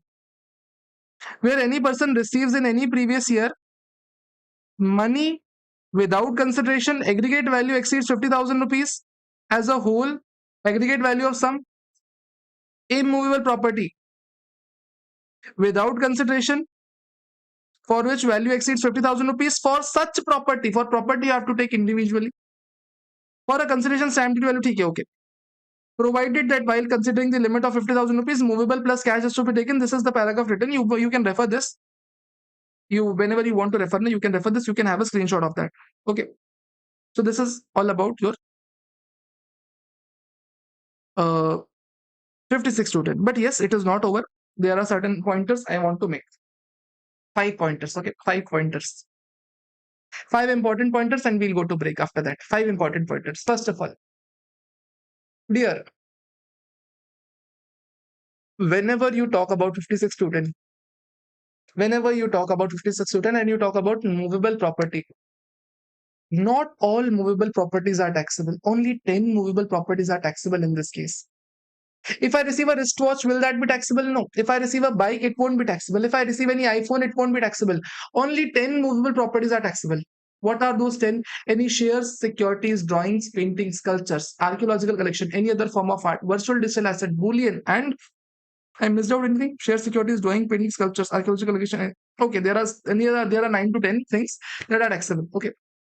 Any kind of shares, securities, drawings, paintings, sculptures, archaeological collection, any other form of art, bullion, and virtual digital asset. I guess there are 9 only. Okay. Only 9 movable properties are taxable. When I talk about movable property, I do not mean any asset. No, any asset is not taxable. Only 9 movable properties are taxable. Any kind of share received for free, any kind of share received for inadequate consideration, any kind of securities, any kind of drawing, painting, sculpture, archaeological collection, any other form of art, bullion, or virtual digital asset received for free is taxable. Not every asset. If I receive car for free, it is not taxable. If I give you my house will be taxable. But if I give you any Lamborghini, will that be taxable? No, sir, it will not be taxable. It will not be transferred in my hands as well. It will not be taxable in your hands as well. I can give you any Lamborghinis I wish to. But the only thing is I don't have that money. Sir, when you consider the movable property, there are only 9 movable properties that have to be taken. 9 movable properties that have to be taken. Done, sir. Done, sir. We got that point. We got that point. Okay. Okay. Second thing. Second pointer. Very important pointer. Whenever you receive any gift, this 56 student shall only apply if it is a capital asset for you. Remember, very carefully remember. This is important and just a practical solution, practical point. 56 students shall only apply if it is a capital asset for you. Just think of from a jeweler point of view. Gold is trading at 17,000 rupees per gram. Somebody came in a need of money and he asked me to buy gold at rupees 12,000 rupees. He just want to sell his gold for 12,000 rupees and I am buying that. It is my business not to buy gold at a lower price. It is my business to buy gold at a lower price now. So if I buy my stock in trade at a lower price, do you think that gift taxation would be applicable? If I get a benefit at buying stock in trade at a lower price, will that be gift? Right answer is no. It is very logical to think that only stock in trade, only capital assets are taxable under gift. If you are a property dealer and property is trading at 2 crore rupees and you got that property for 1.5 crore, will there be any gift taxation? No, clear cut no. It is logical, na? It is my business to buy properties at a lower price. So why there will be gift? Is this free lecture or demo? Sir, 5 lectures are on free basis. Rest are on premium basis. So Jeet, listen carefully. Listen carefully. What I was talking about. Okay. What I was talking about. I did just anything. Things went out of the flow.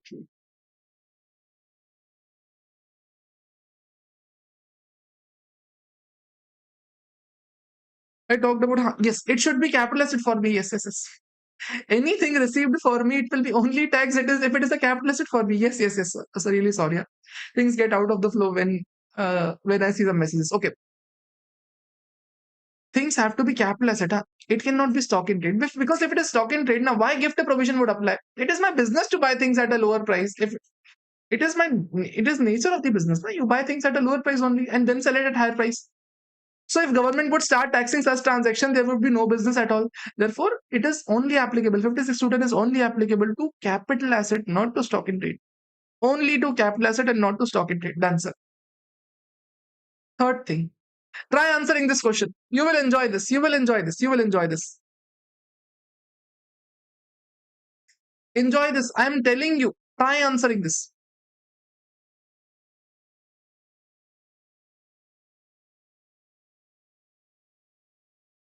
This is Rahul and this is Sarthak, sir. I work at fast. Okay. I am work at fast. I get salary.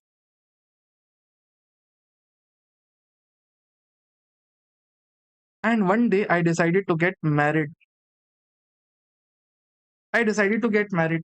A small occasion, just friends and families. But just because Sarthak sir is my employer, and I asked him to come. He also came. I requested Sarthak sir to come to my wedding. He came as well. He was dancing like anything. I mean, whatever song you play, he was dancing. He was very happy on my wedding. You know what? I was very well sitting on the chair, just looking at the all the attendees, and I saw Sarthak sir, wow, dancing like something you have never seen him. He was so happy that he came closer to me. He had a gold chain in his pocket, and he just tied that gold chain on my neck. And from that time, I have never seen him. From that time, I have never seen him. From that time, I have not seen. He just tied gold chain. He danced. He showed up, and he went back to his city. I received a gold chain worth 1.8 lakh rupees on my marriage. Will that be exempt or taxable?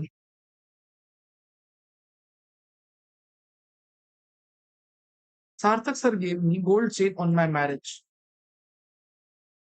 Will that be exempt or that will be taxable?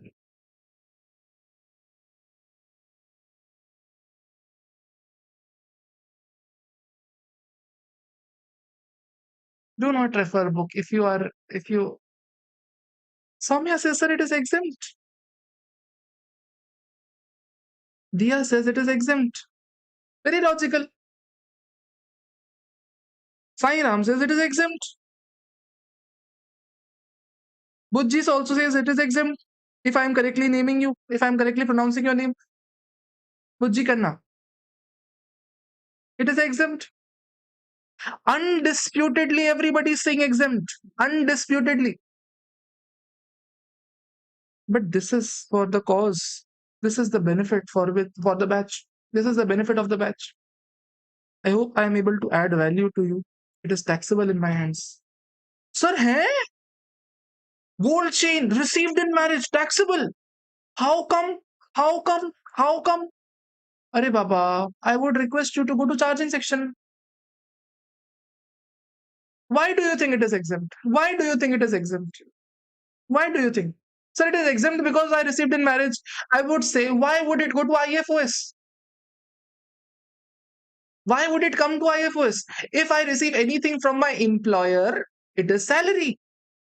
And if it is taxable under salary, it would never come to IFOS. And if it would never come to IFOS, it would never be exempt.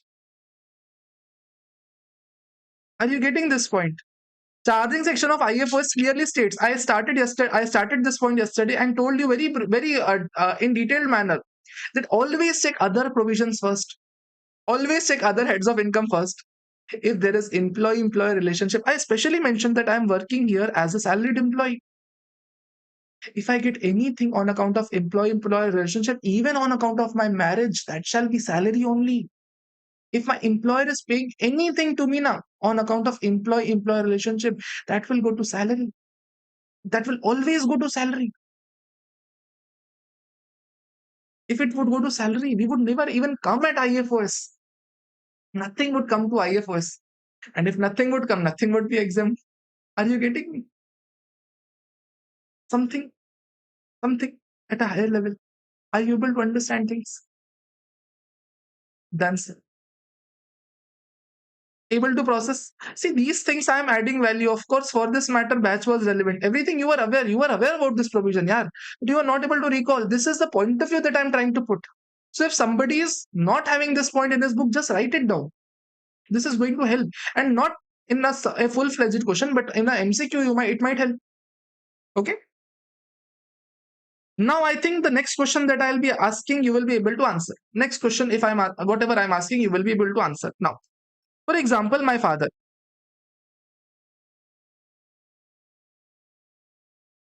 Sai Ram says, if there is no marriage, then there is no question of gift.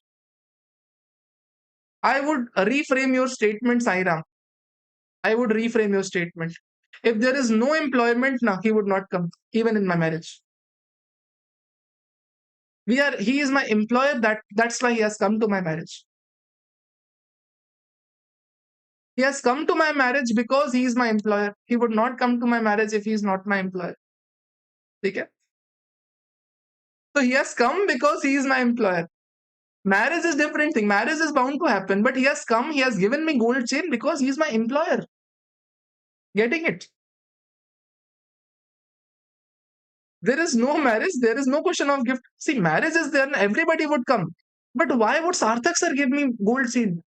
Why would he give me? Because he is my employer. Okay?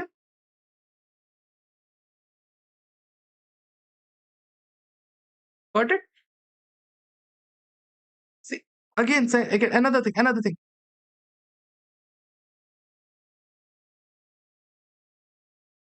For example, okay, sir.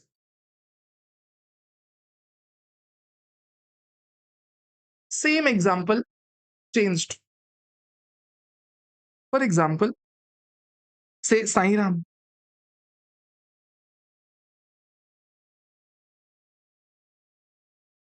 Sai Ram is working really hard. Sai Ram is a FMCG dealer. Okay, FMCG dealer. You understand FMCG? Regular way goods, regular goods, daily goods.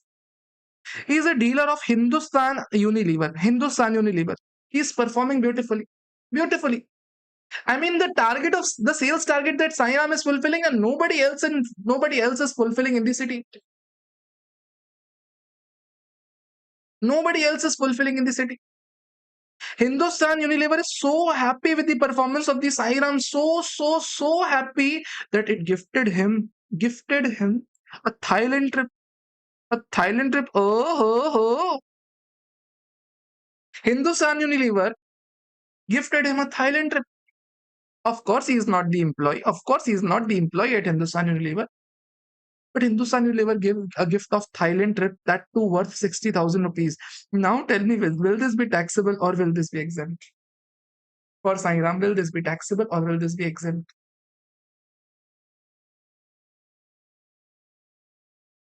Sir, is it a movable property? Am I receiving any cash? No, sir. Am I receiving any movable property? Movable property implies 9 things only now. Shares, securities, drawing, painting, sculpture, archaeological collection. Will that be taxable? Soumya says it should be taxable. Soumya says it should be taxable. Okay. Okay. Monica says it should be taxable. Okay. Now, yes. Sai Ram says it is taxable.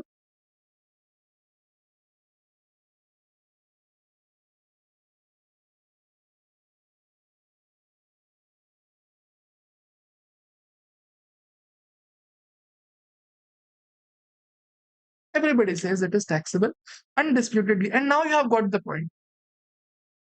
First thing, you have to check whether it is taxable under any other head. Is it salary?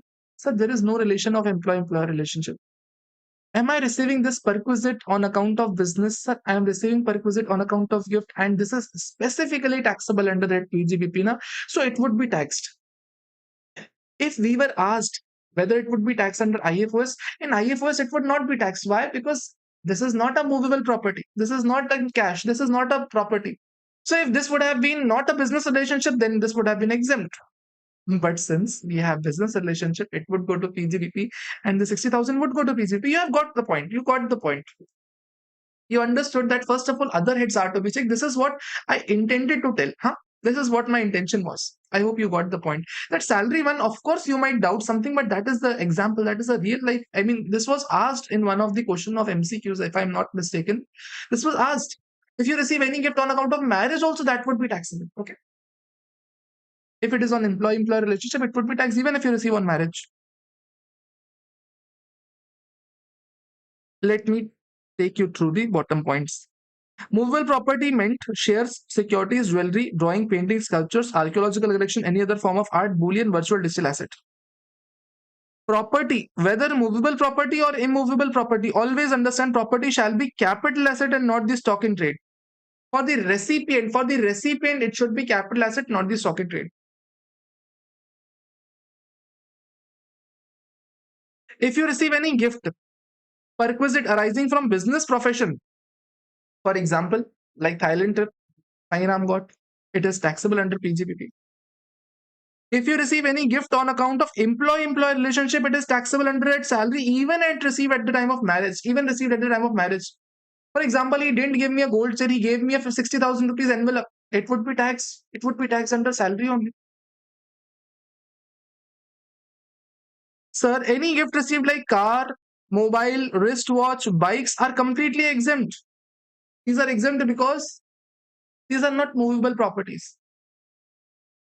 So three real life cases. See, for example, there was a reconstruction scheme at Yes Bank, if you remember.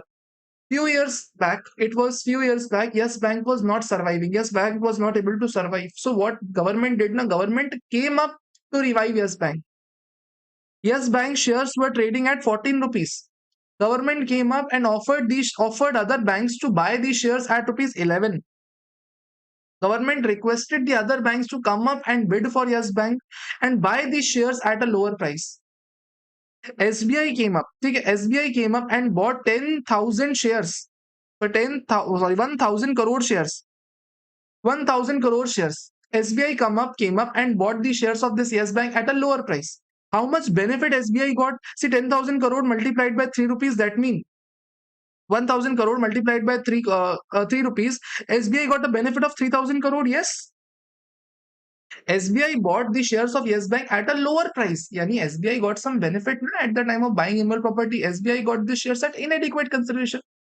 Ideally, there should be gift taxation happening in the hands of SBI. Provision says no. In case of Yes Bank reconstruction scheme, now whatever the benefit that company, the bank has got, it is not taxed. For example, if there is a company, whose board of director has been suspended by central government, if there is a company whose board of director are suspended by central government, if you buy shares of that company, even if you buy at a lower price, now there is no gift taxation happening. If you buy that company, if you buy subsidiary of that company, if you buy subsidiary of that company, if you buy any of the three companies, now in that case, you can buy at a lower price as well. There will be no gift taxation. If you remember, same provision we had studied under 50 CA as well. If you remember, if you sell any company shares, if you sell any unlisted shares, the FVOC in that case is nothing but FMV or sales price, whichever is higher, if you remember. But these provisions are not applicable to the companies whose board of director has been suspended. You can sell at any price as well. Similarly, you can buy at any price as well. Similarly, you can buy those shares at any price as well. There would be no gift taxation happening. Okay.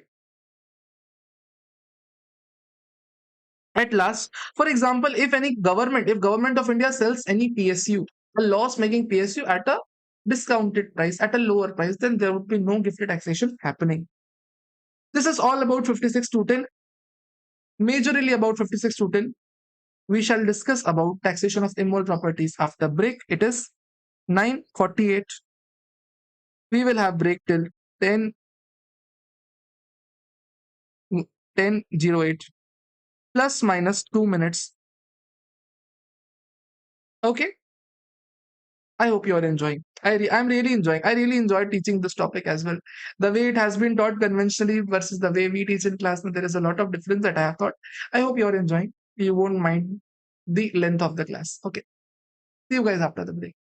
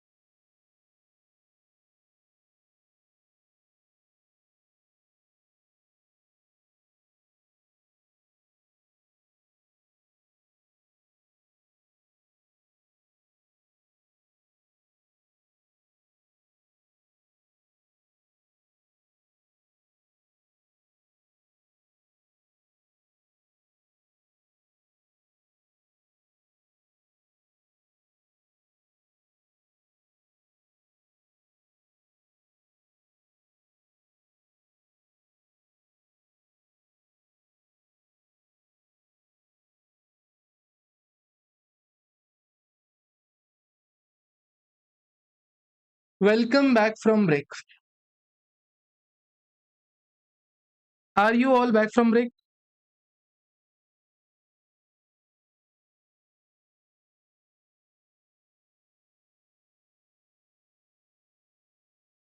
Yes. Sir, we are absolutely back. No issue whatsoever. See, before going to break now, we started off with 56 to 10. We understood gift taxation. We understood when gifts are exempt. Then we came on to the different types of taxable gifts. When such taxable gifts are exempt, when such taxable gifts are actually taxed. We understood that. Come on to immovable property. So this immovable properties, I don't know why important. I don't know why. I really don't know why it is important. But sometimes questions can be trickier from this end.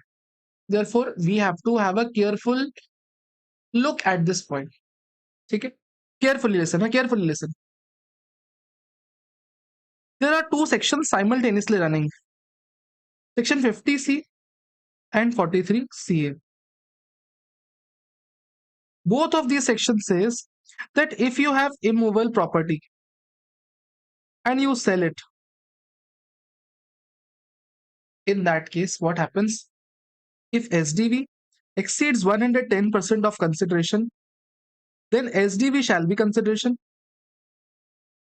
Similar thing is said in 43CA as well. Similar thing is said.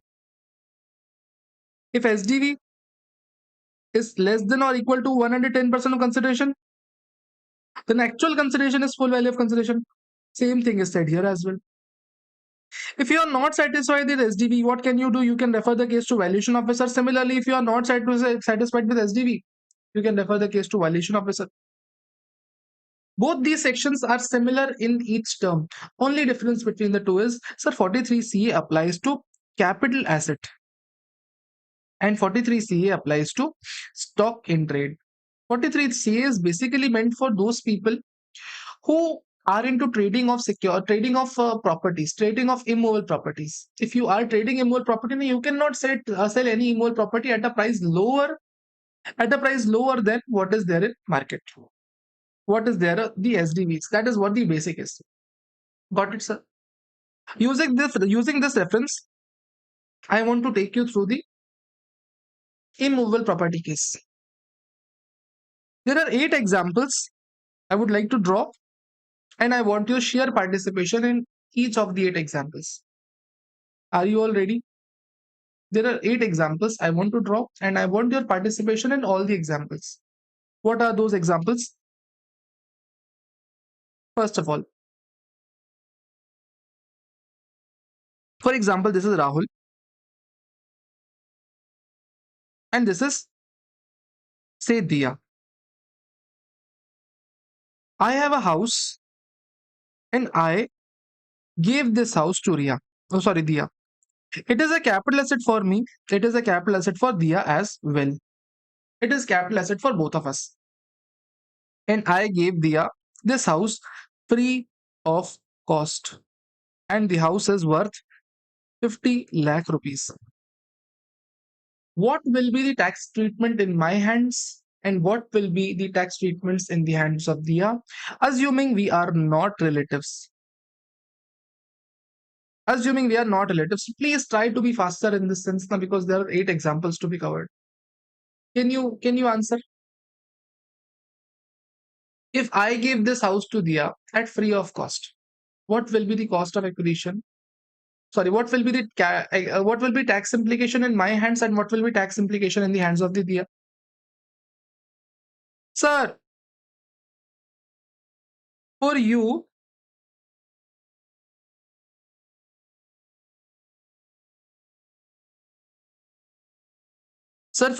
it will be exempt transfer. If you hold it as capital asset, it is an exempt transfer for you. Yes. If you hold any immovable property, it will be an exempt transfer. Yes. Since it is an exempt transfer, okay, SDV is 50 lakh rupees. Okay. SDV is only, I am saying, na 50 lakh rupees. I have given for free of cost. SDV is 50 lakh rupees. I have given it for free of cost. Sir, whenever I gift any asset, capital asset to somebody, it is exempt transfer for me. Under section 47, no capital gain implication would apply. No capital gain implication would apply at all. And for Dia, under 56 to 10, since she is receiving it at free of cost, 50 lakh would be taxable. Clear point, very clear point. Clear point, yes, yes, yes, yes, sir, very clear. Come on to case number 2. Same transaction, but here SDV is 50 lakh rupees and I have given this at low cost, or I can say inadequate consideration. Inadequate consideration, like, sir, I have just charged 10 lakh rupees. SDV is 50 lakh rupees and I have just charged 10 lakh rupees. What will be the tax treatment in my hands and what will be the tax treatment in the hands of the Dia? In the hands of Dia. Try answering this point as well. Sir, sir. For Rahul, it will not be exempt transfer, but rather section 50C would come into picture. I'm not gifting it out to anybody. I'm selling it at a lower cost, and selling at lower cost, any immovable property would attract a 50C. That means if SDV exceeds 110% of consideration, therefore SDV shall be consideration. That means full value of consideration, instead of 10 lakh, it will be 50 lakh rupees, and there would be higher capital gain in my hands. And for Dia, it will be IFOS. Yes, IFOS. 40 lakh would be IFOS. Yes. Simple point it was. Yes, yes, yes. It was very simple point. Okay. Okay.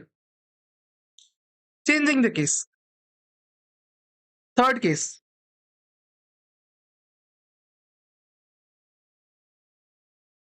SDV is same.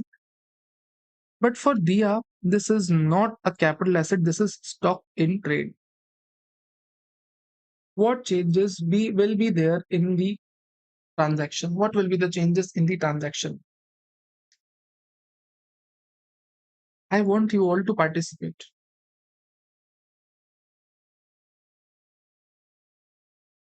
Please.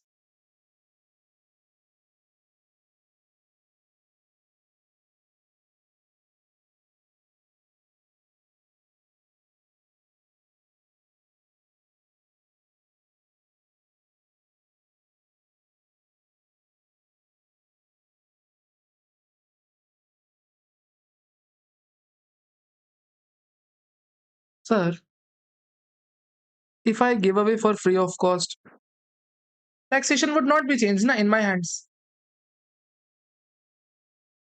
Taxation would not change in my hands. Very well said, Soumya.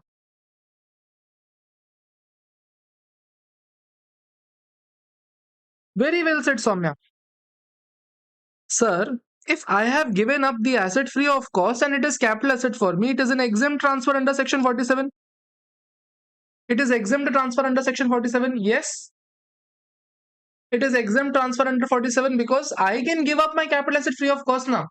50C would not apply because if I give it free of cost, 50C do not apply. It is an exempt transfer. 50C don't apply in case of gift.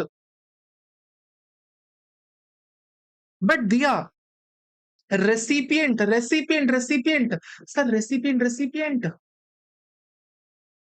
recipient receiving stock and trade at free of cost. You as a jeweler, if you are getting jewelry for free of cost, will there be any tax implication? Sir, 43C would apply. 43CA applies when you sell that asset. When you sell an asset, then 43CA applies. When you receive asset for free of cost, it is your business, no? It is your business to buy assets at a lower cost. It is your business to buy stock in trade at a lower cost. Just imagine, for Diya, if it is a stock in trade, then it is her business not to buy property at a low cost, free cost, then it is her business. No taxation would take place. No taxation would take place. No taxation, no treatment. Sir, but PGBP shouldn't apply. Shouldn't PGBP? Arey Baba, PGBP would apply. You are correct. You are correct that PGBP will apply. But how PGBP would apply? Just listen. If Diya would draw her P&L, her purchases would be zero. Her opening stock would be zero. When she would be selling this house, her sales would be whatever the amount is. So all in all, impact would be in her P&L. She doesn't have to do anything right now. Impact will be in her P&L. Got it? So if it is capital asset for Rahul and stock in trade for Diya, answer would change. Fourth thing, same things. It is stock in trade for Diya, capital asset for Rahul, but instead of giving it free of cost, I gave it inadequate consideration. And she gave me 10 lakh rupees in return. See, always identify differently. Seller's point of view is independent, buyer's point of view is independent. Do not do not try to mix them. Sir, if a seller who has a capital asset transfers the capital asset at inadequate consideration, section 50C would apply. In this case, full value of consideration shall not be 10 lakh, rather 50 lakh. For Diya, what will happen? Sir, no treatment because it is her business to buy assets at a lower cost. Sir, whatever that transaction would be, purchase price would be 10 lakh in P&L. Her sales price would be whatever the sales price she sells, and ultimately treatment will be reflected in her profit and loss. No treatment, 50C for Rahul and no taxability for Diya. Beautiful, beautiful, Swami. Changing the paradigm of the question. Changing. Okay. SDV is 50 lakh rupees. And Rahul holds the capital asset. Rahul holds the asset as a stock in trade. I have that asset held as stock in trade. What will be treatment? What will be the treatment in this case? If I have stock in trade and I give it away or free of cost, and Diya holds such asset as capital assets, what will be the treatment? What will be the treatment?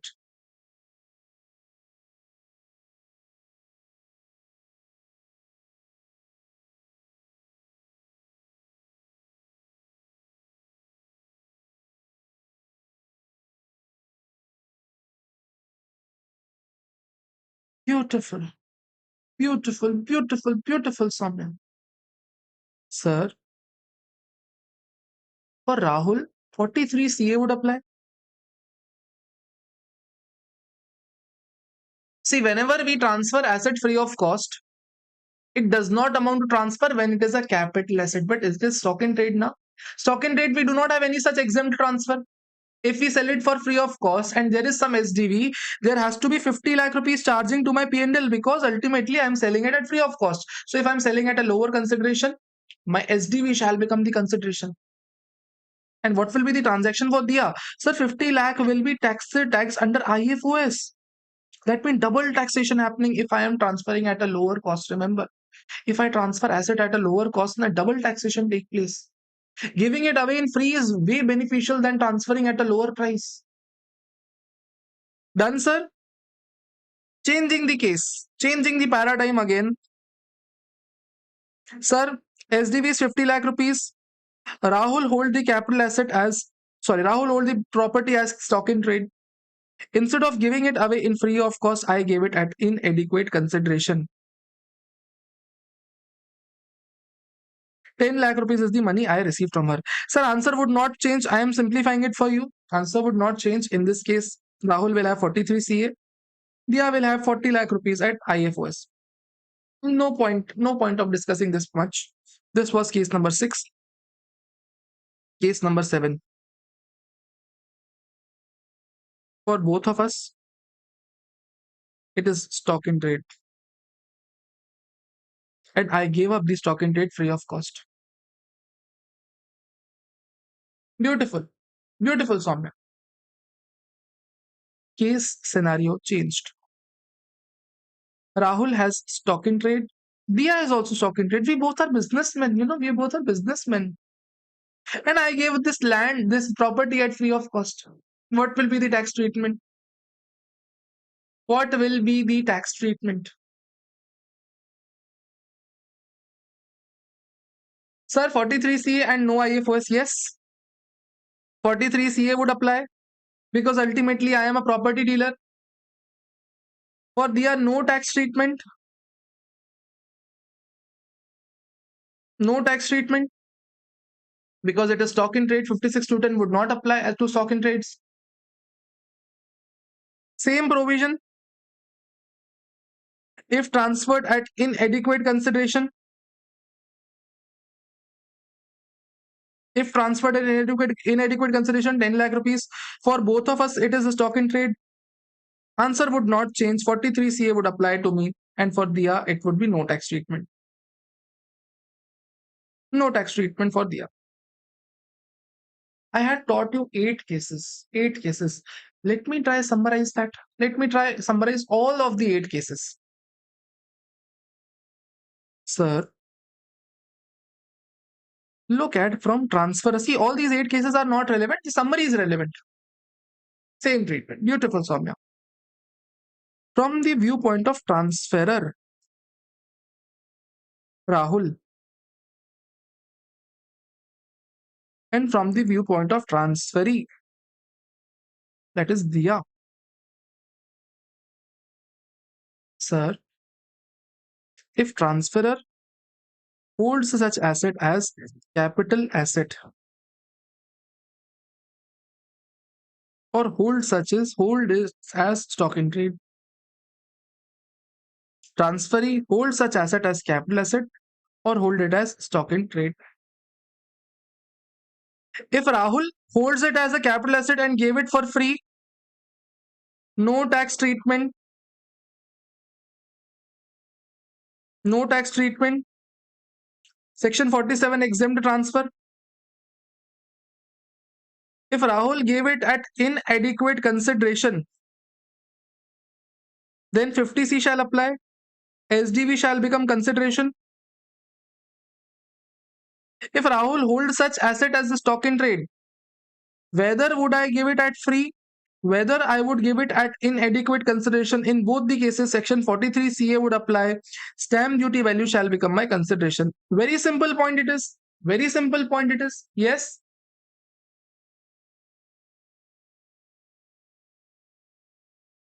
Recipient, if recipient holds the asset as capital asset, if she receives for free, if she receives for inadequate consideration, it is not relevant. 56 to 10 shall apply. If she receives as stock in trade, no tax treatment. This is the entire gist of the last 8 examples, and this has been beautifully written in your book as well. The entire gist is written here. Entire gist that I have said now is written here. Gotcha? Gotcha?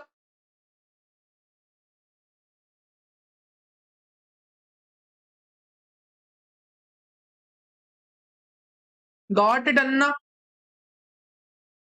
Got it, Anji, got it. Oi, look into my eyes. Did you understand? It's not difficult, not technical as well. It just looks difficult.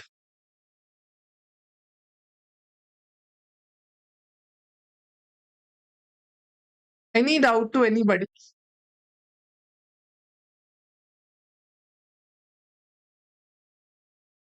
Yes, sir. Okay. Hey, what is this S, sir? Can you say? I mean, is that mean yes, sir? No, no, sir. We got it. We got it. We got it. We have no issues. Now, come on to the next point. Understand very carefully. This is also an important point, Anna. Sir, whenever we transfer asset to somebody else, if transferor, listen very carefully, transferor transfers the assets to transferee.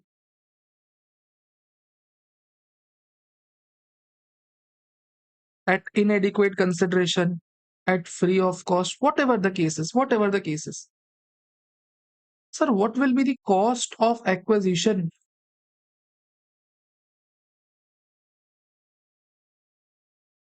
for transferring? What will be the cost of acquisition for transferring?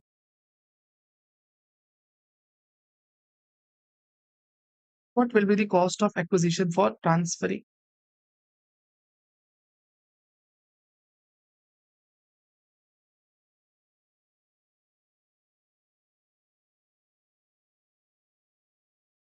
If it is stock in trade for transferee,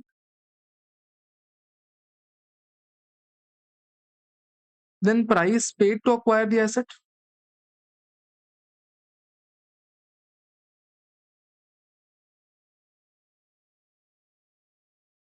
Price paid to acquire the asset. Yes. If it is capital asset for transferee,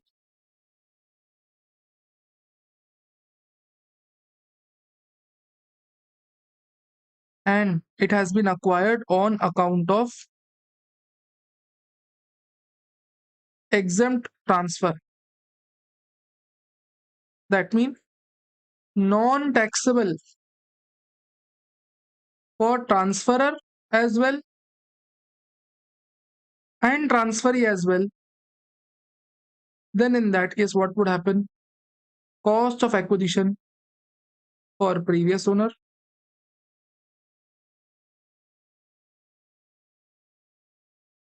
else cost of acquisition nahi, SDV on which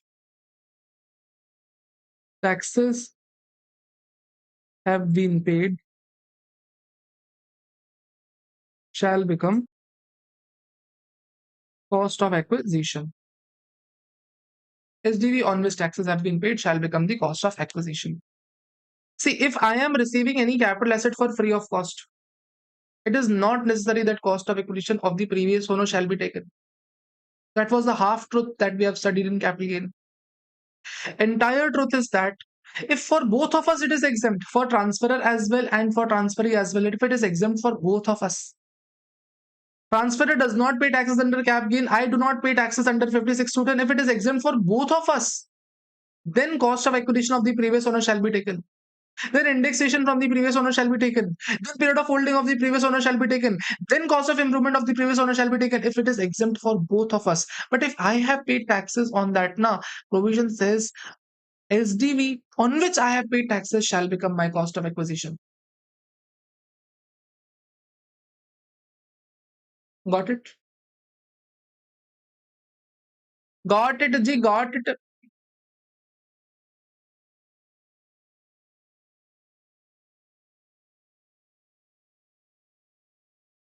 Just let's practice one thing. Just let's practice one thing. Yesterday we did an example, if you remember. Yesterday we did an example, if you remember.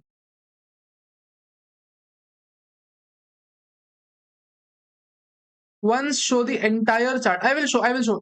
Monica, just have a look at this example. Yesterday we did this. Okay. I am drawing the entire example to make you understand what we had discussed and what we are supposed to discuss.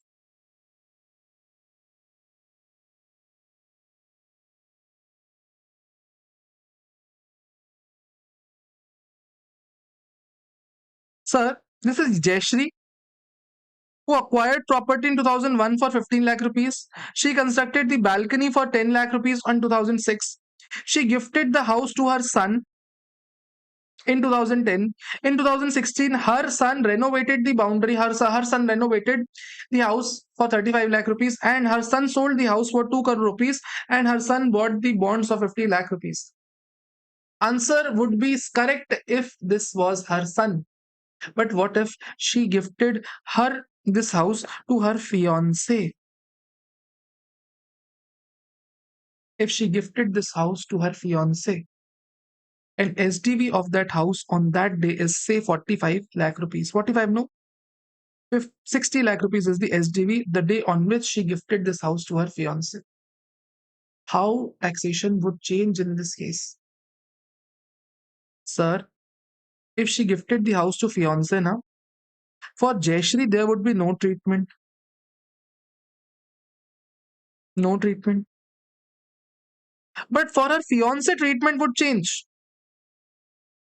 Full value of consideration shall remain same 2 crore rupees. Cost of acquisition, sir, would be just 60 lakh rupees because he has paid taxes on that. Cost of improvement shall be taken only on the improvement that he has done. And capital gain would be arrived. That means 105. This would be the capital gain arrived.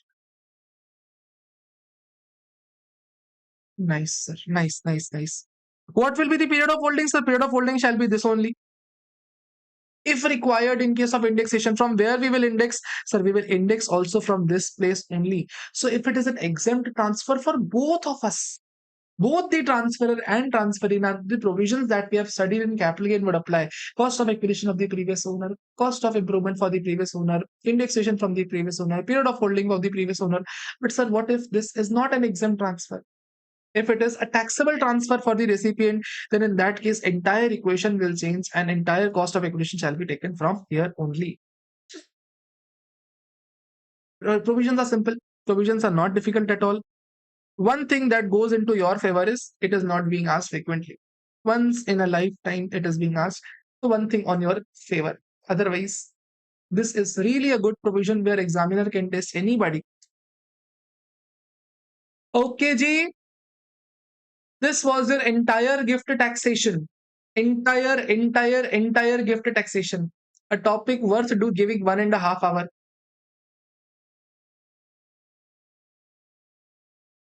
Is it clear to all of you? Now, I know students are not comfortable with the topic. I want you all just to look into my eyes. Just look into my eyes and just recall what I am saying again. Whatever there is in the book now, that is sufficient. Whatever there is in the book is the sufficient. It is sufficient. Just look into my eyes. I am taking off my specs. I cannot see anything. I cannot see anything. I cannot see any chat. I cannot see any book. Nothing I can see. I can just see your eyes. Just try to correlate what I am trying to say. Gift can be of two types. First of all, it can be exempt gift. It can be taxable. What gifts are exempt? Sir, first of all, any gift received on account of my marriage is exempt. Second thing, any gift received from my relative is exempt. Any gift received on account of death, any gift received on account of any will is exempt. Gift received from a trust is exempt. Gift received by a trust is also exempt. Gift received by a trust for the benefits of its relative is exempt. These are exempt gifts. If gift is not exempt, then it should be taxable. When a gift is taxable, sir, if you receive money more than 50,000 rupees in a financial year, then entire money is taxable. Not the amount exceeding 50,000, entire money is taxable. If you receive movable property exceeding 50,000 rupees free of cost, then entire movable property is taxable. If you receive movable property at a inadequate consideration, then if difference is more than 50,000 rupees, then entire difference is taxable. If you receive immovable property free of cost exceeding 50,000 rupees SDV, entire SDV is taxable. If you receive immovable property at a reduced price, then difference shall be taxable provided SDV exceeds 110% of consideration. In the entire case, now, cash plus movable property, if exceeds 50,000 rupees, it should be taxed. But immovable property is to be assessed separately. For an asset to be taxed under 56, student asset has to be capital asset for the recipient and not the stock in trade. After that, we came on to. Sir, if any gift is received on account of employee-employer relationship, it is not taxed.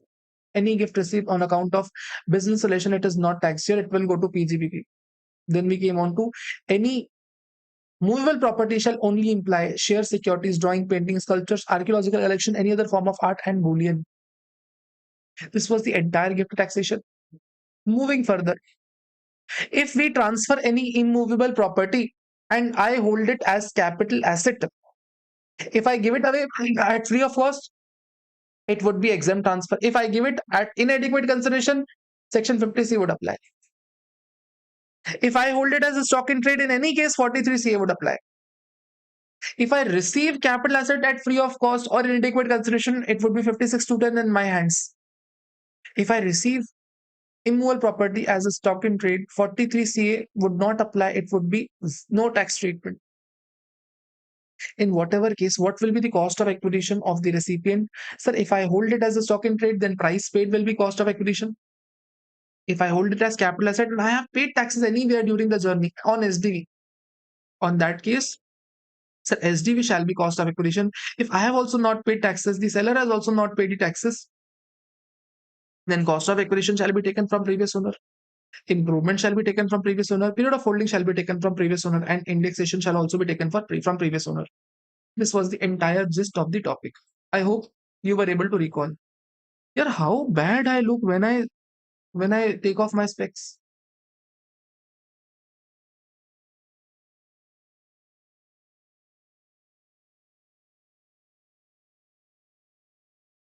You were able to recall? See, topic was just 2 to 3 minutes only. If we summarize that, now it's not more than 2 to 3 minutes. During exam time, if you take 10 minutes also to revise this entire topic, now that is enough, not more than that. But the depth of the topic to make you understand the provisions was good. You should not feel fatigued. Therefore, I took multiple examples. I tried to make multiple jokes so that it doesn't feel heavy in your brain. Otherwise, topic is not difficult, not heavy at all. Okay.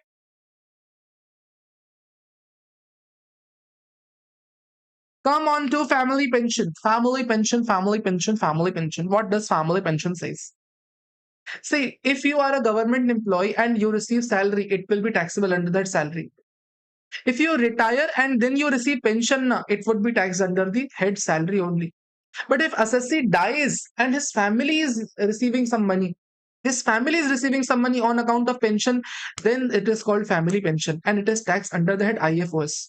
Because after the death of the assessee, any pension received by the family members is not on account of employee-employee relationship. Employee died, therefore, it is not on account of employee-employee relationship. Sir, whoever earns this family pension, he gets a deduction. How much deduction he gets? Sir, 1/3 of the family pension received, whatever the family pension you receive, 1/3 or 25,000 rupees per annum. This is not tested. This was amendment last year. This has not been tested in MCQs. They might test it. 1/3 of family pension received or 25,000 per annum, or in case you are an SSC opting for old tax regime, then 15,000 rupees per annum. Whichever is lower, you would get the benefit. You would get the deduction. Remember, this is not Chapter 6 deduction. It is deduction under Section 57. I will tell you what happens if it is, but it is not Chapter 6 deduction. Sir, if anybody is a Paramveer Chakra recipient or Veer Chakra recipient, and their family members receive any family pension, then it is absolutely exempt. If there is an armed force officer, paramilitary force officer, and after his death, his wife or children receive any family pension, that is also exempt. Got it, sir. Got it. Show the entire chart. Okay. Uh-huh.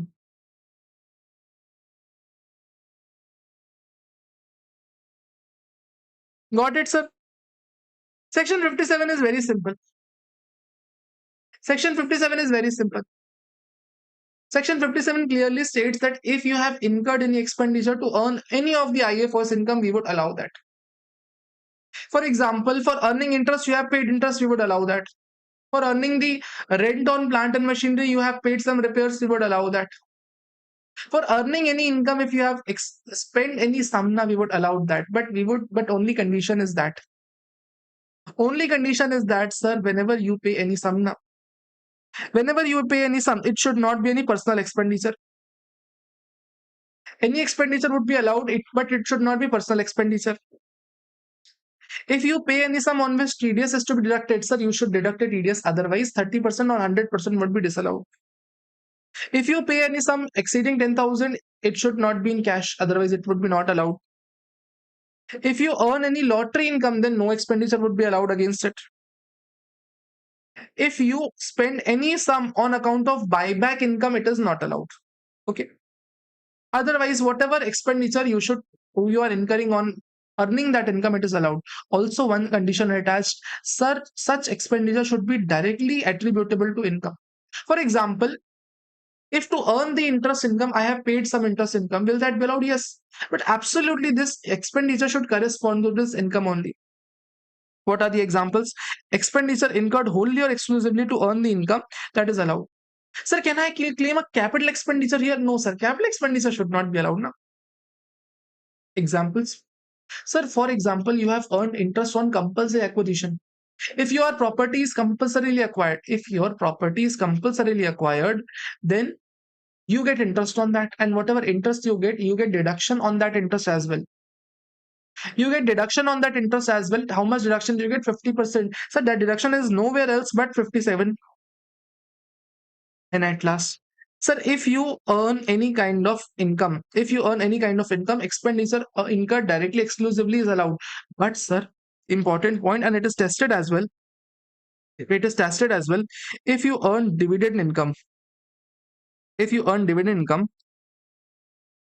then against it only one expenditure is allowed, only one expense. If you have earned dividend income, only one expenditure is allowed against dividend income, that is interest expenditure, and that too only to the extent of 20% of dividend. What does that mean? Sir, for example, let me take this example for you all. For example, earned, you have earned, say, you have took money on loan. You have took money on loan 10 lakh rupees at the rate of 8%. And you invested this 10 lakh rupees in, say, for example, Bharat Petroleum Corporation Limited. During the year, 6% was the interim dividend. Again, 6% was the interim dividend. Overall dividend received is 1,20,000 rupees. Dividend received is 1,20,000 rupees. This is the dividend received. Okay. Yes, sir. Yes, sir. We got that point. Sir. Sir. To earn that dividend, we have also paid the interest of 80,000 rupees. Will that be fully allowed? Right answer is no. Our IFOS would be like this. Dividend income, 1,20,000 rupees, less section 80, section 57M, say 57, 20% of dividend. That means out of this 120, 20% would go. That means 24,000 or 80,000, whichever is lower, you would get deduction of 24,000 rupees only. That means remaining 96,000 is taxable as dividend. Remember, 20% of the dividend amount would be allowed if you have paid interest. Interest expenditure would be allowed to the extent of 20% of dividend. This is important. In addition to that, any expenditure incurred, any interest paid for buyback dividend is not allowed. First of all, sir, can we get deduction on dividend, final dividend? Yes, sir, we get deduction on final dividend. Do we get deduction on interim dividend? Yes, we get. Do we get deduction on deemed dividend? Yes, we get deduction on deemed dividend as well. But we do not get deduction on deemed dividend referred under 222F, which is buyback. If you have earned any buyback dividend now, you don't get any deduction. Likewise, for example, this was the loan taken, and this time 6% was given under 222F. You got dividend under 222F. Will any expenditure be allowed? Right answer is no expenditure would be allowed at all. No expenditure at all would be allowed. No expenditure at all would be allowed.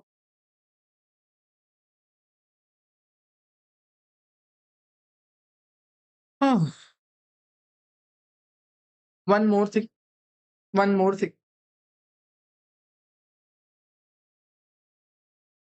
Sir, for example, I have a business of selling lottery tickets. I mean, there is a lottery agency. I buy tickets from that. I buy tickets from them on commission basis. I sell these lottery tickets. But my business is of earning commission from sale of lottery. One day I had 100 tickets. And out of this 100 tickets, I was able to just sell 80. 20 were not sold. 20 were not sold and they were left with me only. Fortunately, out of those 20 tickets, one lottery got a jackpot of 1 crore rupees. Out of these remaining 20 tickets, one lottery ticket hit a jackpot of 1 crore rupees. I won 1 crore rupees. Now, I was arguing in front of the department that this is my business. This is my business. This is my business to trade in lottery. So whatever the income that I have got, whatever the jackpot I have got, it is my business income. It is not my casual income. It is my business income. It is not casual income. It is business. It is business. It is business. Do you think that department is going to accept that? If I won money, I won jackpot on account of leftover tickets, does that mean it is my business income? Does that mean it is my business income?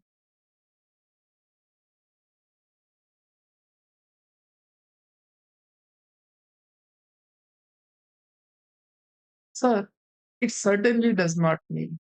It certainly does not mean. If we have any kind of lottery business, our business is to earn the commission now. Our business is to earn via selling the lottery. Our business is not to win lottery. Our business is not like we purchase a lottery on regular basis, try our luck. No, getting lottery is just a luck. It is just a luck, and it is casual income only, irrespective that whether you sell lottery tickets or not. It is irrelevant. It will always be classified as casual income only, and that is why it was said by Kerala High Court in case of Manju and Company in 2011. Any tickets sold, sorry, any unsold tickets winning jackpot does not mean that you have a PGP income. It will always be IFOS under winning set only, and that completes your IFOS chapter as well. Not a very big chapter, but yes, a chapter worth doing.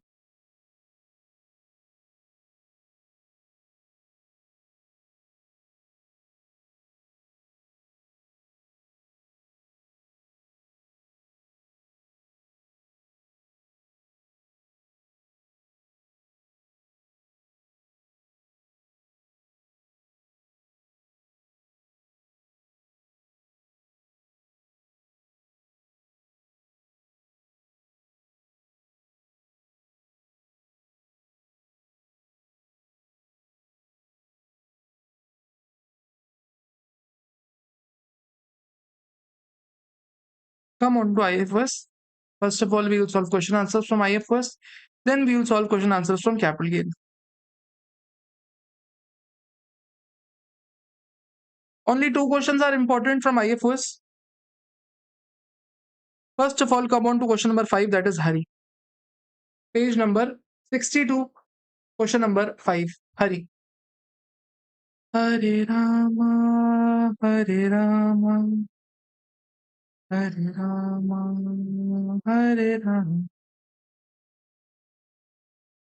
Carefully come on this question. Question number 5, page number 62. How things proceed. Mr. Hari, a property dealer, sold building in the course of the business to his friend Mr. Rajesh. Hari is a property dealer. Rajesh, who is a dealer in automotive parts.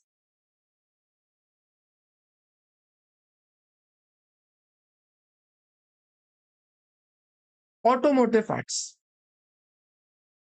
For 90 lakh rupees on 1st Jan 2026. Sale value is 90 lakh rupees. Oh, when stamp duty value was 150. Hey, Mataji. You are selling at 90 lakh rupees when stamp duty value was 150 lakh rupees only. When stamp duty value was 150 lakh rupees, you are selling at 90 lakh rupees. Chi. The agreement was, however, entered on 1st September 2025. Oh my god, this is the registration date. Agreement date is different. Where stamp duty value is 140. So, agreement dates SDV is 140, registration date is 150. Which SDV to be taken? Which SDV to be taken? Agreement dates SDV is different. Registration dates SDV is different. Which SDV should I be taking? Which SDV should I be taking? Hari had received a down payment of 15 lakh rupees via cross check from Rajesh on the date of agreement. So on agreement, we received a down payment in cross check. If we receive any money via cash, cross check, bearer check, then agreement date is not to be considered. Sir, SDV on the date of registration would be taken. Discuss the tax implication in the hands of Hari and Rajesh, assuming that Hari had purchased it for 75 lakh rupees in July 2024. Okay. Hari bought this property at 75 lakh rupees and sold it at 90 lakh rupees. SDV is 50 lakh rupees and Hari is a property dealer. The cases we did, Hari holds this property as a stock in trade. and sold it at inadequate consideration, what happens? You have to tell me, I will not tell. You have to tell me, I will not tell. I will not tell. You have to tell this. Hari had sold this property as stock in trade. What will happen, sir? If a dealer of property sells the property at inadequate consideration, what happens?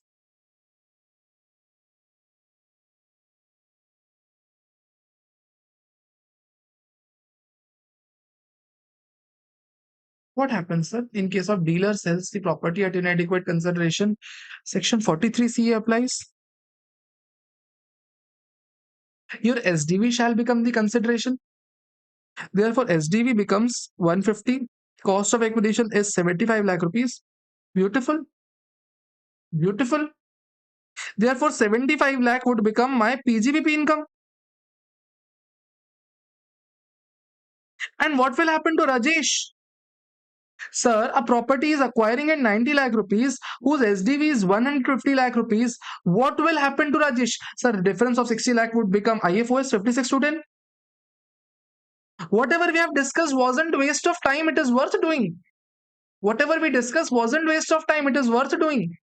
Are you getting this point? Would your answer change if Hari is a share broker instead of property dealer? Oh my god. Sir, if Hari is a share broker, Hari is a share broker, and if he is a share broker, then any property held by him is not stock in trade, rather, it is a capital asset for him.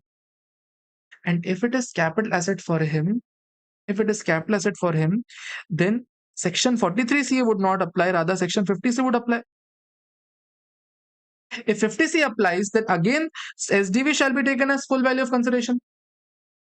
SDV shall be taken as full value of consideration. And cost of acquisition shall remain the same. So difference would be 75 lakh only. Answer would be 75 lakh only. But instead of PGBP, it would be short-term capital gain because it was acquired in June 2024 and sold in Jan 2026. So period of holding is less than 2 years. Now short-term capital gain of 75 lakh would apply. For Rajesh, answer would not change. Oh dear God. It was a beautiful question and only question in IFS that is worth doing. Otherwise, no other question is worth doing. One more question I want you all to practice at home is question number 15, a question worth doing. Manju Menon. Tomorrow we will discuss that. You just have to note it down. Page number 70, question number 15. Daily practice question. Day 4. DPQ4. Question number 15. Page number 70. IFOS. It is with respect to Manju Menon. IFOS does not deserve more than these questions. These two questions represent the entire chapter. One is from deemed dividend, the other is from gift taxation, and that's enough. Date of agreement because money received. Sai Ram, no, it's not that relevant. It's not that. Money has to be received via account, paycheck, demand draft, electronic clearing system. Then only we take the agreement date. Here, money is received via cross check, and cross check is as good as cash. Cross check is as good as cash. Therefore, we would not take the agreement date. We would take the registration date. Sai Ram.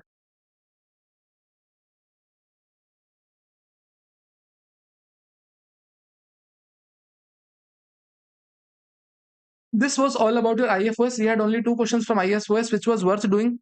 Come on to capital gain. Question number 27.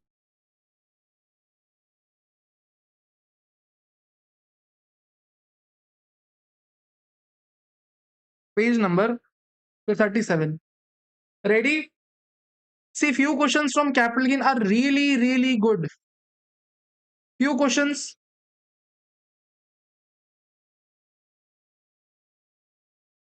Yes.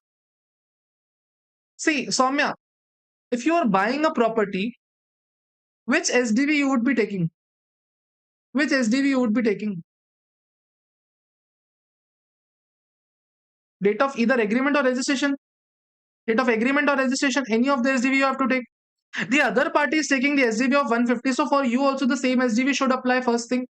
Second thing, for buyer as well, you have to decide now. You have to decide which SDV, either agreement date or registration date. So legal backing is with the date on which you have paid the money. That too, I account paycheck. Righty, sir. Come on to question number 27. Beautiful question. I mean, question is very simple, but one point here will blow away your mind. One point will, I mean, you can say I love you to this question. I mean, when you love somebody so much, now you say I love you. You say that now, like your mother, like your father. I say this to her. At least 3 to 4 days, 3 to 4 times a week, I say I love you to my mother. Similarly, this question is like that. You will say, question number 27. Gamma Limited is located within the corporation limits decided in April 2025 to shift its industrial undertaking to non-urban areas. The company sold some of the assets and acquired new assets in the process of shifting. The relevant details are given below. Gamma Limited is in the urban areas, Corporation Limited, and shifting to non-urban area, that means rural area. From urban area, shifting yourself to rural area, which section comes to your mind immediately? Which section comes to your mind immediately? Which section? Sir, urban area to rural area. I'm forgetting. Can you tell me which section? Which section comes to your brain?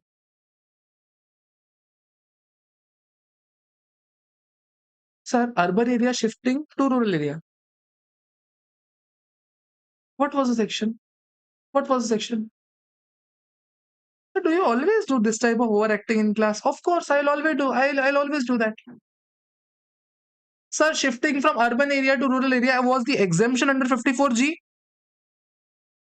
Section 54G was there. Exemption under 54G. If you remember section 54G, if you shift from urban area to rural area, whatever long-term or short-term capital gain you arrive at, that is exempted provided you buy new plant and machinery or land or building, but not furniture. If you remember section 54G, you get exemption on long-term capital gain or short-term capital gain on any kind of land, building, plant and machinery if you buy a new land and building, plant and machinery or anything. Correct? Got it, sir. First of all, sale proceeds effected in April 2025. Land. Sir, land is a depreciable asset or not? Land is not a depreciable asset. But building is a depreciable asset. Furniture, machinery is a depreciable asset. These are depreciable assets. Okay. Yes, plant and machinery also beautiful. Index cost of acquisition, sir. Whatever index cost of acquisition is, we are not aware. Well, we are just given cost of acquisition. We would take that. Whether indexation would be done or not, that is not relevant for us. We have been given index cost of acquisition, which clearly states that capital asset is a long-term capital asset. Whether indexation would be done or not, that is not our subject matter. Our subject matter is index word is written, which means capital asset is a long-term capital asset. Therefore, that we would reduce. We will have 4 lakh of long-term capital gain. Okay. Sir, we are selling a building for 18 lakh rupees. Index cost of acquisition is not relevant for the purpose of depreciable assets. Cost of acquisition of depreciable assets is nothing but WDV of those assets. If you have any depreciable assets, cost of acquisition for such depreciable assets is nothing but WDV. So WDV in terms of section 50 is for building it is 4 lakhs. So our capital gain is 14 lakh rupees. In plant and machinery, capital gain is 11 lakh rupees. In furniture, capital gain is 1 lakh rupees. And all these are short-term capital gain, short-term capital gain, short-term capital gain. Yes, yes, sir. The best part of all is on furniture, whatever new furniture you buy, you don't get any exemption. In furniture, you don't get any exemption.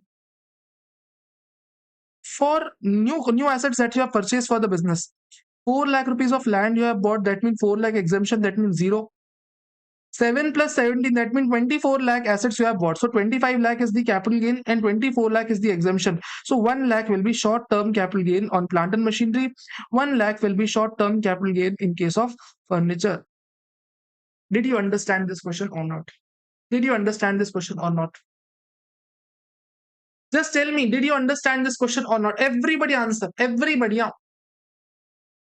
Sir, this question didn't feel like anything special. The way you said that it will blow away your mind, it didn't feel like that.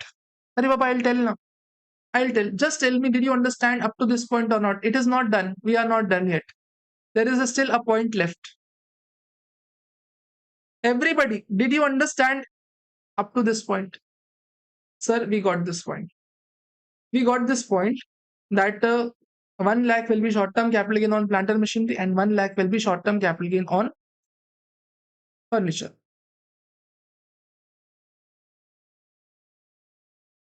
Under 54G, if you remember, you are told that you can have capital gain on land or building. You can have capital gain on planter machinery as well. To claim the exemption, you have to buy land or building. You have to buy planter machinery. Yes, this is what we have studied. Is it anywhere mentioned that after selling land or building, we have to buy land or building only? Can we buy planter machinery against land or building? Or can we buy planter machinery? Can we buy plant and machinery against land or building? Or can we do vice versa? We sold machinery, bought land. We sold land, bought machinery. Can we exchange them? Yes, we can exchange them. We can buy anything against anything. Just think of from chartered accountant's point of view. Just think of from chartered accountant's point of view. So this short-term capital gain on furniture is inevitable. You have to bear it. There is no chance of escaping this. There is no chance of escaping this. But think of it. Think of it. Can I do this logical exercise? This 4 lakh of new asset. Can I use 3 lakh against here? Can I use 3 lakh here and 1 lakh here? Can I use my 3 lakh rupees in this long-term capital gain exemption and 1 lakh instead of taking entire 4 lakh in long-term capital gain exemption? Can I use 3 lakh in long-term and 1 lakh in short-term? By this way, what would happen? My short-term capital gain would be 0 and my long-term capital gain would be 1 lakh. Are you getting me? Your long-term capital gain would become 1 lakh and your short-term capital gain would be 0. Now see what the difference was. Earlier, when you had short-term capital gain, this was taxed at 30%. Whereas this 1 lakh would be taxed at 12.5% only. So directly, indirectly, you saved 17,500 rupees of taxes. Just with this one exercise. Just with this one exercise, you saved the taxes. The way we did yesterday, like we solved one question. Now, if you remember, we solved one question where we had calculated the basic exemption limit benefit. For that matter, 25,000 we had used yesterday in 112. If you remember, otherwise it's okay. It's okay. But this is logical tax planning that should go into your brain. That should be processed by your brain. Okay. If you see the answer, your answer would mean the same. 1 crore would be long-term capital gain and 1 crore would be short-term capital gain. This is the planning that they themselves have done. I'm not doing that. They have themselves done this practice. Got it? Come on to question number 30.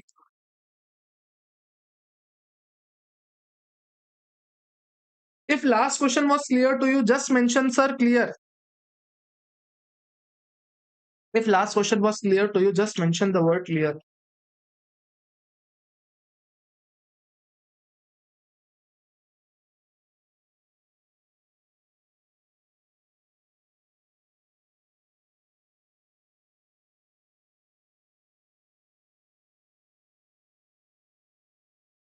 Clear, sir.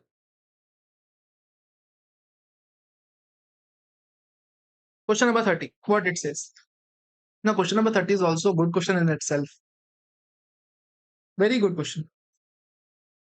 Sir, the following are the details provided by Mr. Singh, the SSC for the financial year ended 31st March 2026. This is the list. This is the income of Mr. Singh. Rental income from property at Bangalore. Mr. Singh has property at Bangalore. Actual rent is 3 lakh rupees. Standard rent is 2.5 lakh rupees. Fair rent is 2.8 lakh. Oh my God, sir. We have already passed a CA inter with very difficulty. Now you are asking us house property and you have not even taught us. Very bad, sir. Very bad, very bad. Sorry now. Very sorry. But can you think of a solution in this? Without looking at the answer, can you think of a solution? Sir, I would request you uncommon sense, a sense that is very uncommon. Just think of it. Just think of it logically. Whenever actual rent is given, there can be multiple other types of rent: notional rent, municipal rent, fair rent, standard rent, expected rent. Any rent can be there. Any rent can be there.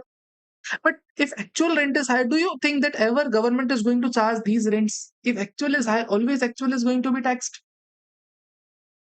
Are you getting me what I am saying?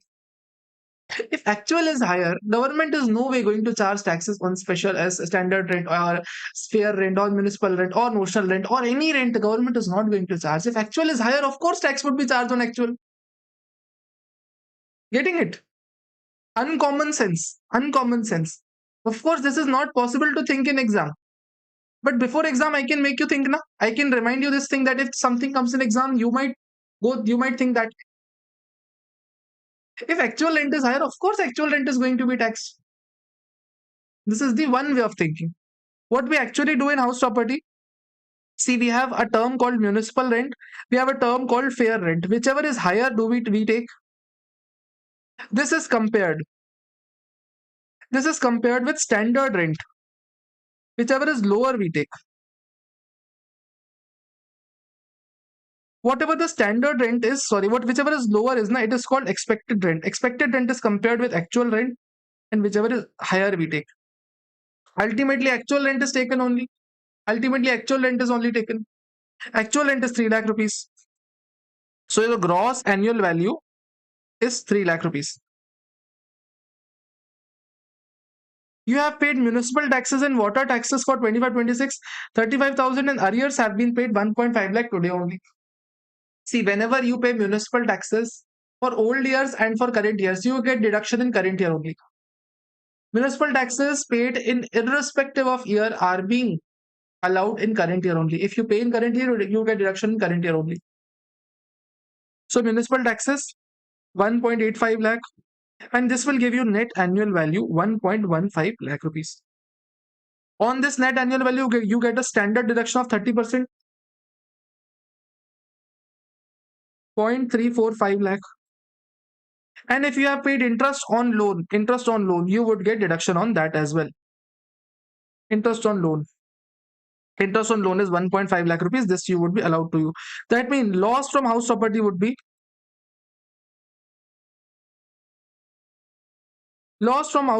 69,500. This is the loss from house property. Arrears of rent is 30,000 rupees, which is received in current year. It was not charged to tax in previous years. So arrears of rent is 30,000 rupees. We get standard deduction 30%. That means arrears of rent would be taxed at 21,000. That means loss from house property would stand still at 69,500 plus 21,000. It would be 48,500. This will be loss from house property. Did we get, 48,500. Did we understand this point? Up to this point, any doubt to anybody?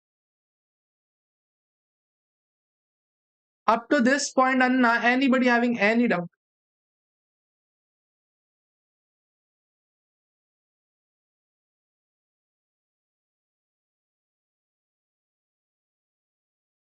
Anybody having any doubt? Is it a clear, G? Did you understand up to this point? Okay, sir. Okay, we got your point.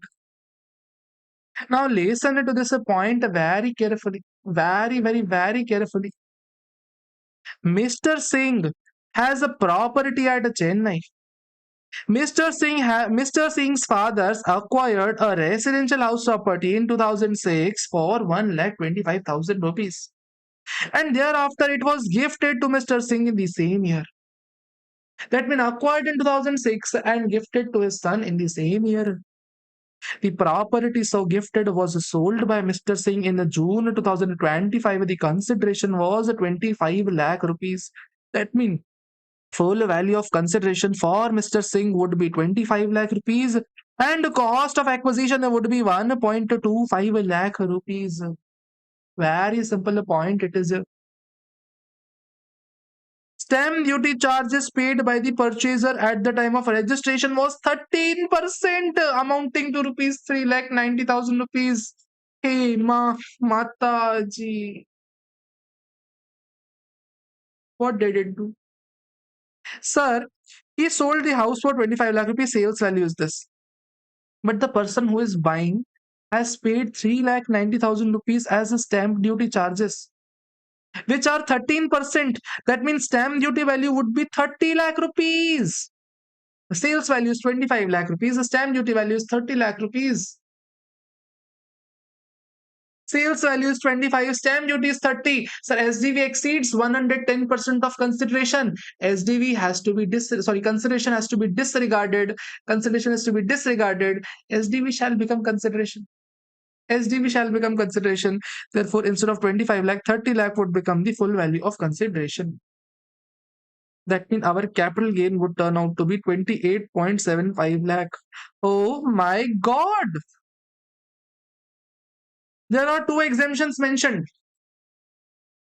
There are two exemptions mentioned. What are these two exemptions? On 1st Feb 2026, he had purchased two adjacent flats in the same building and made the modifications to make it one. The investment was made by separate sale deed, amount being 8 lakh and 7 lakh rupees. Oh my God! Wow, sir, wow. You bought two flats adjacent to each other, made necessary modifications and made them one. Wow, sir. Should we consider it two different flats or one different flat? Sir, whatever it is, we get deduction on both of them. If we consider both of them as one flat, then too we would get deduction. Even if we consider both of them as one, we would get deduction. Even if not, sir, we had an option to buy two residential house properties. If your capital gain is up to 2 crore rupees, in both the cases, we would get deduction on both of them. Now. We would get deduction on both of them.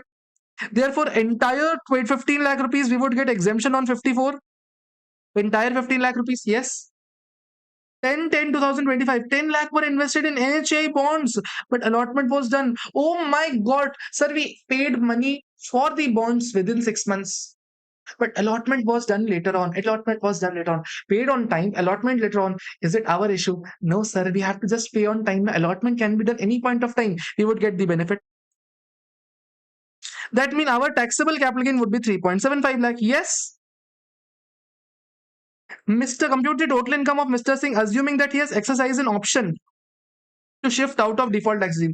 See, up to this point, you will be able to solve. But next point that I'm going to tell you, you might find difficulty in processing that. Okay? Because I have not taught you till now. If you opt for old tax regime, you get a set off benefit. This house property loss can be set off against the capital gain income as well. So this 3.75 lakh, we have to reduce 48,500 from this and we will get the final income. 32 lakh 65, so 3 lakh 60, 3 lakh 26,500. This will be our final total income. And an open challenge to all of you. An open challenge to all of you. This was the answer that I have already told. Okay? This is the answer I have already told. Answer is matching. I am asking you to do one thing. Calculate tax liability as well. Tax liability as well. And you will solve it and share it with me along with DPQ. You have to calculate tax liability. What will happen in tax liability, sir? Ultimately, you are an individual HUF transferring property acquired before 23rd July. So you would get indexation benefit in case of acquisition. Your tax calculation would be 20% with indexation or 12.5% without indexation. So there has to be a catch to be understood. You will do that. I know you will be able to do that. Done with this question? Come on to next question. 31. I have sent you DPQ. Did you solve it or not? Did you solve this question or not?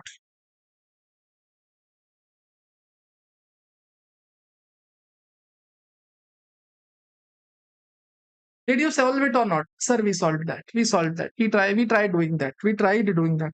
Chalo, let's try doing it. Simple question it is. It is a simple question, but yet very logical. SSPL is an Indian company having two undertakings engaged in manufacturing of cement and steel. SSPL. Whenever any entity has two units, now it might be either demerger, it might be either slump sale. Two points can come in our brain. One is cement and the other one is steel. Decided to hive off the cement. Oh, it is trying to hive off the cement to RVPL. See, SSPL is hiving off the cement to RVPL, an Indian company by the way of demerger. Oh, it is what it is doing. It has two units. One is steel and the other one is cement. Cement unit is just taking off there. It is taking off by the way of demerger. So in case of what would happen? Somebody who holds shares of SSPL would be forced to get shares of RVPL as well. Okay. The net worth of SSPL immediately before demerger is 40 crore rupees. 40 crore is the net worth. The net book value of the assets transferred is 10 crore rupees. Oh. Can you relate to the Reliance example? I used to tell 1,000 crore net assets, 100 crore taken away, so 10% net worth taken away. Similarly, I can state here 40 crore of net worth, 10 crore taken away. That means for 25% of the net worth taken away by the resulting company. Oh my God. Everything is relating to what we have studied. Wow. Demerger was made in January 2026. Okay, okay. In the scheme of demerger, it was fixed that every equity shares of 10 would get 2 equity shares. Oh. What I'm saying is, see, every shareholder of SSPL would get 2 shares of RVPL. Okay, got it. Mr. NK, who had 25,000 equity shares of SSPL, 25,000 equity shares of SSPL, Mr. NK had. So he would get 50,000 shares of SVPL. Yes, because for every 1 share of SVPL, we get 2 shares of RVPL. Okay, sir. Okay. Which were issued in financial. These 25,000 shares were issued in previous year 0405. For 6, cost of acquisition of these shares were 6 lakh rupees as given. NK received 50,000 equity shares from RVPL consequent to the demerger in Jan 26. He sold all these shares of RVPL. Okay, all these 50,000 shares were sold for 8 lakh rupees. Oh my God. See, if it is a sale, it is a transfer. If it is a sale, it is a transfer. In this background, you are requested to answer the following questions. We will answer that. We will answer it. Any question that will come our way, we will answer. Okay.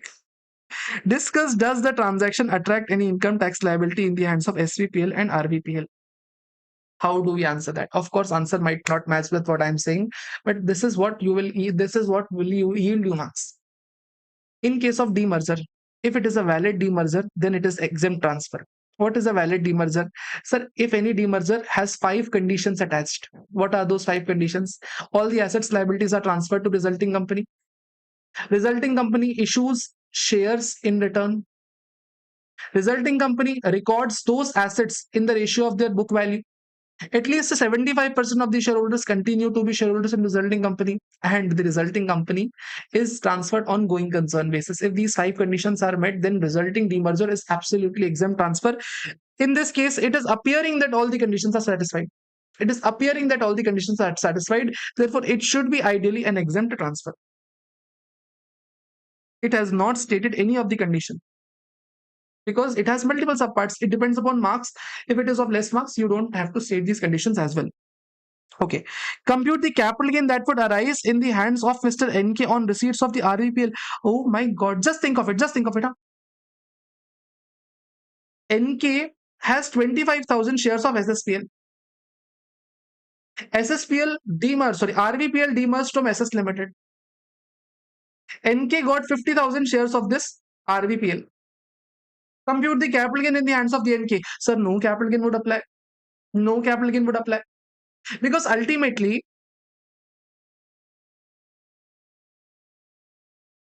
sorry. I messed up. What it is saying, compute the capital gain that would arise in the hands of NK on receipt. And on receipt of the shares, no capital gain would arise. On receipt, no capital gain would arise. On sale, capital gain would arise now. See, if I am getting the results of the shares of the resulting company at the time of demerger, we do not get any tax liability now. But when we sell these shares, we would attract tax liability. So in this case, there would be no capital gain. There would be no capital gain. On receipt of the shares of the resulting company, there is no capital gain. But if we sell these companies, it was sold at 8 lakh rupees. What it says, compute the capital gain arising in the hands of NK on sale of RVPL. We sold this RVPL. Full value of consideration is 8 lakh rupees.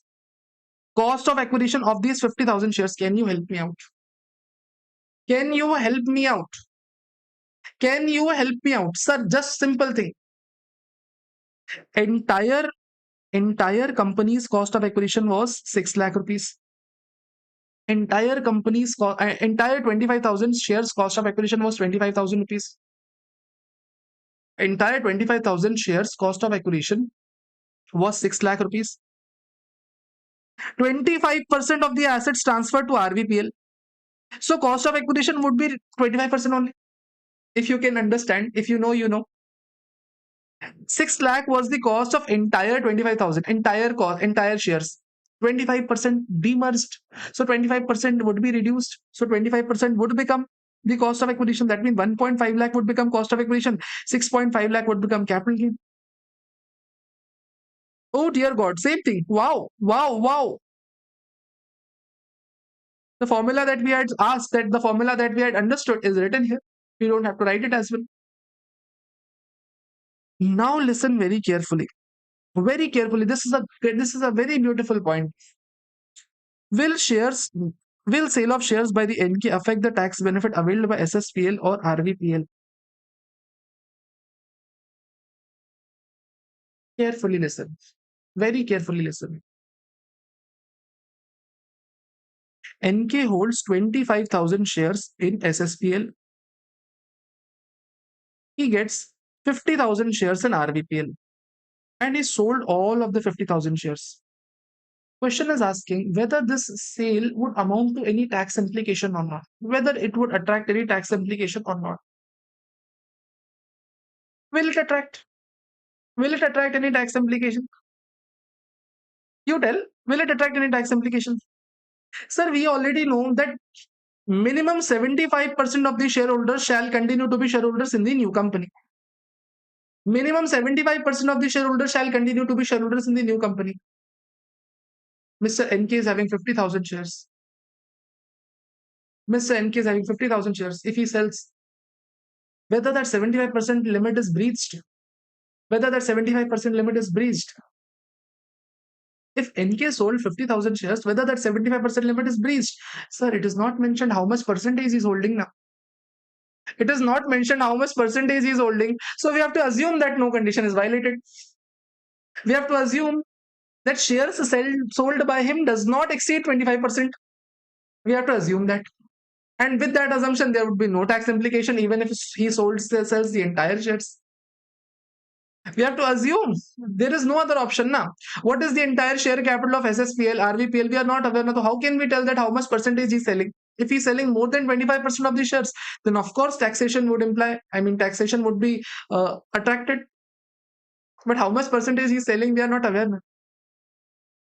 Now, is Mr. NK eligible to avail any exemption under income tax act? Yes, if you are selling any shares, you get exemption under 54F. You can claim exemption. You can buy residential house property, provided you do not have you do not have more than one residential house property as of now. That's the only thing. Simple. Wow, so this was really a good question. I always intend to keep this question up, but for the first time I kept. To be honest, for the first time I kept. This question is good for self-practice if you want to do. Otherwise, this is okay. You already know this concept. If you want to practice, this is a good question.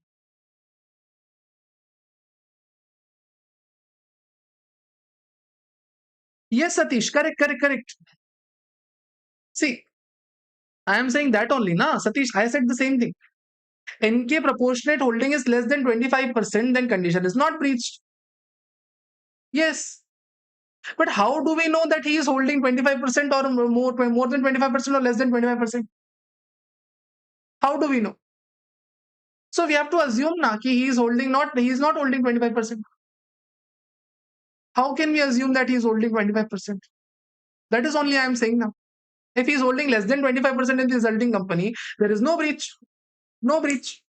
I am also saying the same thing now. How can we arrive at this conclusion that he is holding more than 25% or less than 25%? Reasonable basis is he can hold any percentage. Share capital can be anything. Got it, Satish? I am saying the same thing. Come on to question number 35. Very nice question. Sanjay wala question. I had given you as GPQ. We assume. Yes, that's the assumption that we make. Logically, that is the case. See, what are the chances? Just think, Satish, just think. Share capital of a company is minimum 1 lakh rupees. Minimum 1 lakh rupees, not less than. Minimum 1 lakh shares a company issues. I'm now assuming that 25,000, if somebody holds 25,000 shares in a company, company's net worth is 40 crore now. Company's net worth is 40 crore rupees. So we can have reasonable basis. We can reasonably assume. And even if you don't assume, just write it down. Just write it down, this answer only. That if he holds less than 25%, if his 50,000 shares represent less than 25, then there would be no breach. Write it down the other way also, that if he holds more than 25%, then it is a breach. The taxation implication will apply. If you think that both the assumptions are valid, write down both the assumptions. There is no issue whatsoever. You will get the marks. For sure, you will get the marks. Got it?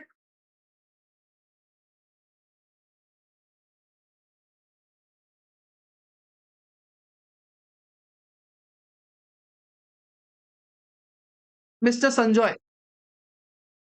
Question number 35. This was also one of the DPQ. I hope you have solved it. Sir, Mr. Sanjay is resident of India, age 55, has an impressive portfolio in the various mutual fund. He redeemed the entire mutual fund portfolio and bought a villa for 2 crore rupees to spend the entire life therein. Done, sir. Clear. Okay. The details of mutual fund. What a life is. Investing in your early 20s, 30s into mutual fund, selling the entire mutual fund, buying a Lonavala a villa in Lonavala, and having a beautiful, beautiful old age life there. Wow. Wow. What can you relate from this section, sir? Whenever you sell any mutual fund and buy a house, it is nothing but 54F. Exemption under 54F would come into picture. Okay. We have BLR fund acquired in 2022.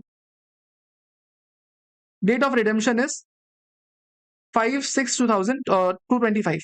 Okay, I see.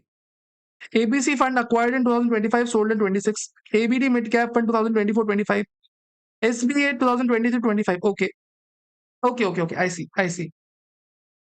The fund 1 and 2 have stated that they have invested 30% of their proceeds in equity shares of the domestic company. Oh, and 3 and 4 have invested 70% in the equity shares of the domestic company. Wow. That means, can I say that 3 and 4 are equity oriented mutual funds? And 1 and 2 are either debt oriented mutual funds or 50AA mutual funds. It can be any of them. To become 50AA, you have to have with less than 35% of the money invested in equity shares. You have to have less than 35% of the money in equity shares.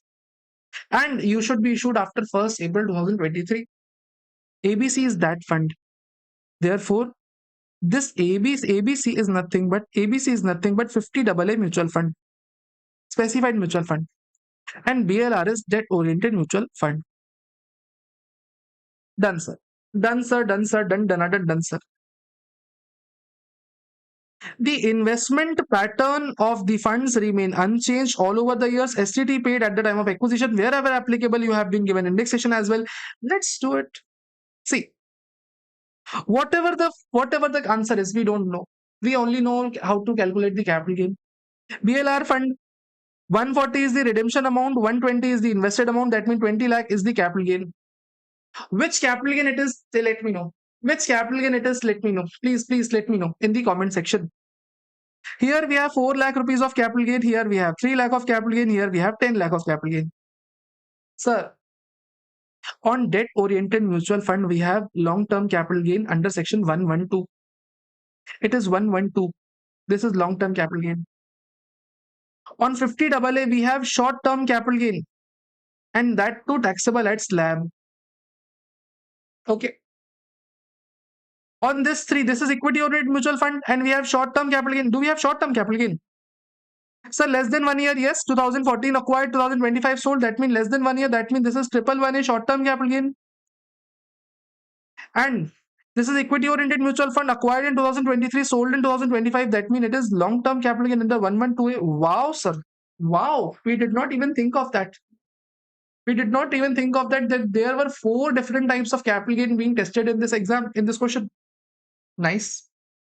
Therefore, our capital gain turns out to be 37 lakh rupees. 37 lakh rupees. Okay, okay, okay. Here we need to have exemption under section 54F. Huh. Have a have a focus for at least next 2 minutes. Bigger area of mistake. What most people do wrong here is listen carefully. Exemption under 54F is available only against these two assets. Yes. If we have long-term capital gain, then only we can have exemption. On this asset also, on this assets, if this would have been long term, we would have got the exemption, but it is not a long term asset. If it would have been long term, then we would have got the benefit of exemption. It is not long term, so in this case we will not get the exemption. In this case also we would not get the exemption. Only in these two assets we would get the exemption. Okay, so our capital gain is 30 lakh rupees. Our net consideration is 260, sorry, and we bought a house of 200 lakh rupees. How much capital gain is exempted? 30 divided by 260 into 200. That means 23.7 lakh is the exempted capital gain. Yes, this is the answer. Yay, we got the right answer. Arey Baba, be a chartered accountant. Be a chartered accountant. Sir, you sold two mutual funds. You sold two mutual funds. One of them was sold at 140 and the other one was sold at 120. And out of this 260, 200 have been invested. It is very irrational to think that totality will be used. Out of this total 260, 200 have been used. It is very irrational. Why it is irrational? Because you will not be able to tax it later on. You will have difficulty in finding out the taxes. Literally, you will have difficulty in finding out the taxes. Literally. And this is not the proper tax planning method as well. Why? Because don't you think that we are having capital gain taxes of 20 lakh rupees on this? So our entire 140 was used out of this 200. Out of this 200 rupees of cost of acquisition, 140 was acquired from this capital gain. 140 was acquired from this capital gain. And remaining 60 lakh have been used from this 120. And exemption would have been claimed. Are you getting this point? To use 200, 140 could have been used from here and 60 would have been used from here. Entire 200 is used, and this yields you better tax planning. That means, can I simply say this is a wrong planning? If somebody has done it, please mind it, it is wrong. Out of the 140, you have used entire 140, therefore your entire 20 lakh would be exempted here. Out of remaining 10 lakh, you use just 60 out of 120, so 5 lakh would be exempted. So you saved more taxes. That means 25 lakh rupees you saved. 25 lakh rupees you saved. Therefore, your taxation, your total income would turn out to be 112 lakh rupees. Your 12 lakh rupees will be your total income. A humble request. A humble request. Can you all help me out with taxes? Can you all help me out with taxes? How much taxes do we actually pay? Can you all help me out? See, understanding the question is okay, being able to solve the question okay, but in Power Batch, I want to take your level to next level. Take it. I want to increase your level. Can you help me out with the taxes? Sir, we have 4 incomes. First of all was 112. Third one was second one was other SCCG. Third one was 111A and fourth one was 112A. Here we had 20 lakh of capital gain. Here we had 4 lakh. Here we had 3 lakh. Here we had 10 lakh. While claiming the exemption, how much exemption we claimed? We claimed 20 lakh of exemption. Here we claimed 5 lakh of exemption. That means our total income would turn out to be 0 in this case. 4 lakh here, 3 lakh here, and 5 lakh here. This will be our income base for the purpose of taxation. This would be charged to rate of slab. This would be charged on slab rate basis. Remember, Sir, he's opting for 115 BAC now. So no tax on this because ultimately up to 4 lakh we have a basic exemption limit benefit. On this 3 lakh, he would be charged 20%. That means 60,000 taxes. On this 5 lakh minus 1.25 lakh we would do. And on 3.75 lakh, he would be charged 12.5% taxes. That means 3.75 lakh into 12.5% taxes. That means 46,875. That means if you ask me the taxes amount now, taxes turn out to be 10,06,875 into 1.04, and this will be the taxes amount in his hands. Just imagine for your understanding, I'm telling you, if you would have taken this, if you would have done 200 divided by 600, there is no chance that you will be able to calculate the taxes. There is no chance. How will you be able to split the exemption between the two games? You will not be able to split. You will literally be not able to split that.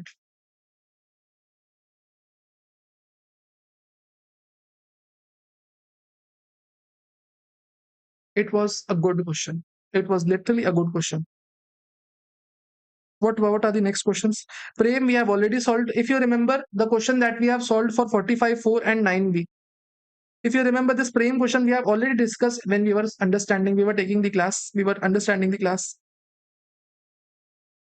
Robert, we can do after non-resident taxation. This is also one doable question. We can do only after non-resident taxation. Seema Agrawal, not required. Manan, after non-resident taxation only. Salsi, we already did. Shivansh, I asked you to do. That means we are done with entire question answers of capital gain as well. Whatever the important 8 to 9 questions were, 2 we cannot solve, 3 we already solved, 3 solved we today, 3 we solved today. That means we are done with capital gain as well. That's all from my side today. We are done with capital gain. We are done with IFRS. Tomorrow it will be our off. Tomorrow we will not have any class. Day after tomorrow it will be our 5th class where we will start PGBP. Meanwhile, today only you will be given access to the app only, where you have access to PDF. If you want these 4 lectures, you can have a look at these 4 lectures anytime. It will be on YouTube always. If you have any doubt, do message me out. If you want to solve question answers, these important questions are enough in itself. But if you want more practice, you can solve extra questions. You can solve last 10 to 12 questions, whatever you want. The last 10 to 12 questions are good. If you want to practice, that is enough. Not more than that you require. Tomorrow we will be having off. Day after tomorrow, we will start PGBP. Even if somebody wants to join for the first time, he is welcomed. We don't require any prior knowledge for that chapter. No prior knowledge required for PGBP. You just come, sit with me, participate with me, and we will understand. Tomorrow we'll not have any class. Okay? I have to travel for some medical emergencies in one of my family. So in my family, only not one of my family. But tomorrow I'll be traveling. So tomorrow I might not take class. For that matter, you have to study well today. Whatever things we have discussed in capital gain in IFRS, you will practice them. You will recall them. And on Thursday, we will resume the class on the same time at 7:30. We will start off with PGBP. We will understand the concepts. Most probably in this week only, you will receive books as well. See, books went out of the stock, therefore team could not dispatch. And since it is result time, every printing press was occupied in terms of books. So books went a delay this time. Our expectations were exceeded this times indeed.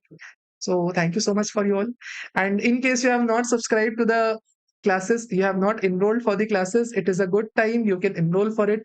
If you have any friends, if you have any juniors who want to come to DT, who want to understand DT in this depth, yet in smaller time, he is also welcomed. I hope you understood how do we study, how do we plan to study. In 4 classes, we understood entire capital gain, we understood tax rates, we understood IFRS, we understood these entire topics in just 4 days. And similarly, likewise, we'll understand PGBP assessment, NR taxation, DTable, every topic that is there in DT, we will understand. So your syllabus is on me. Your entertainment, your knowledge, your understanding is on me. I only want your seating in class, your homework, your DPQs, only thing I want. That's it.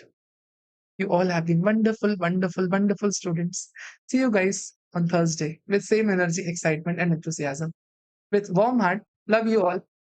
Have a great day. Most welcome, most welcome.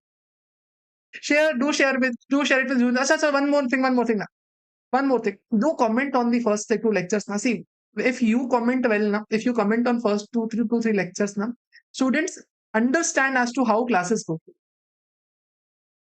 Okay.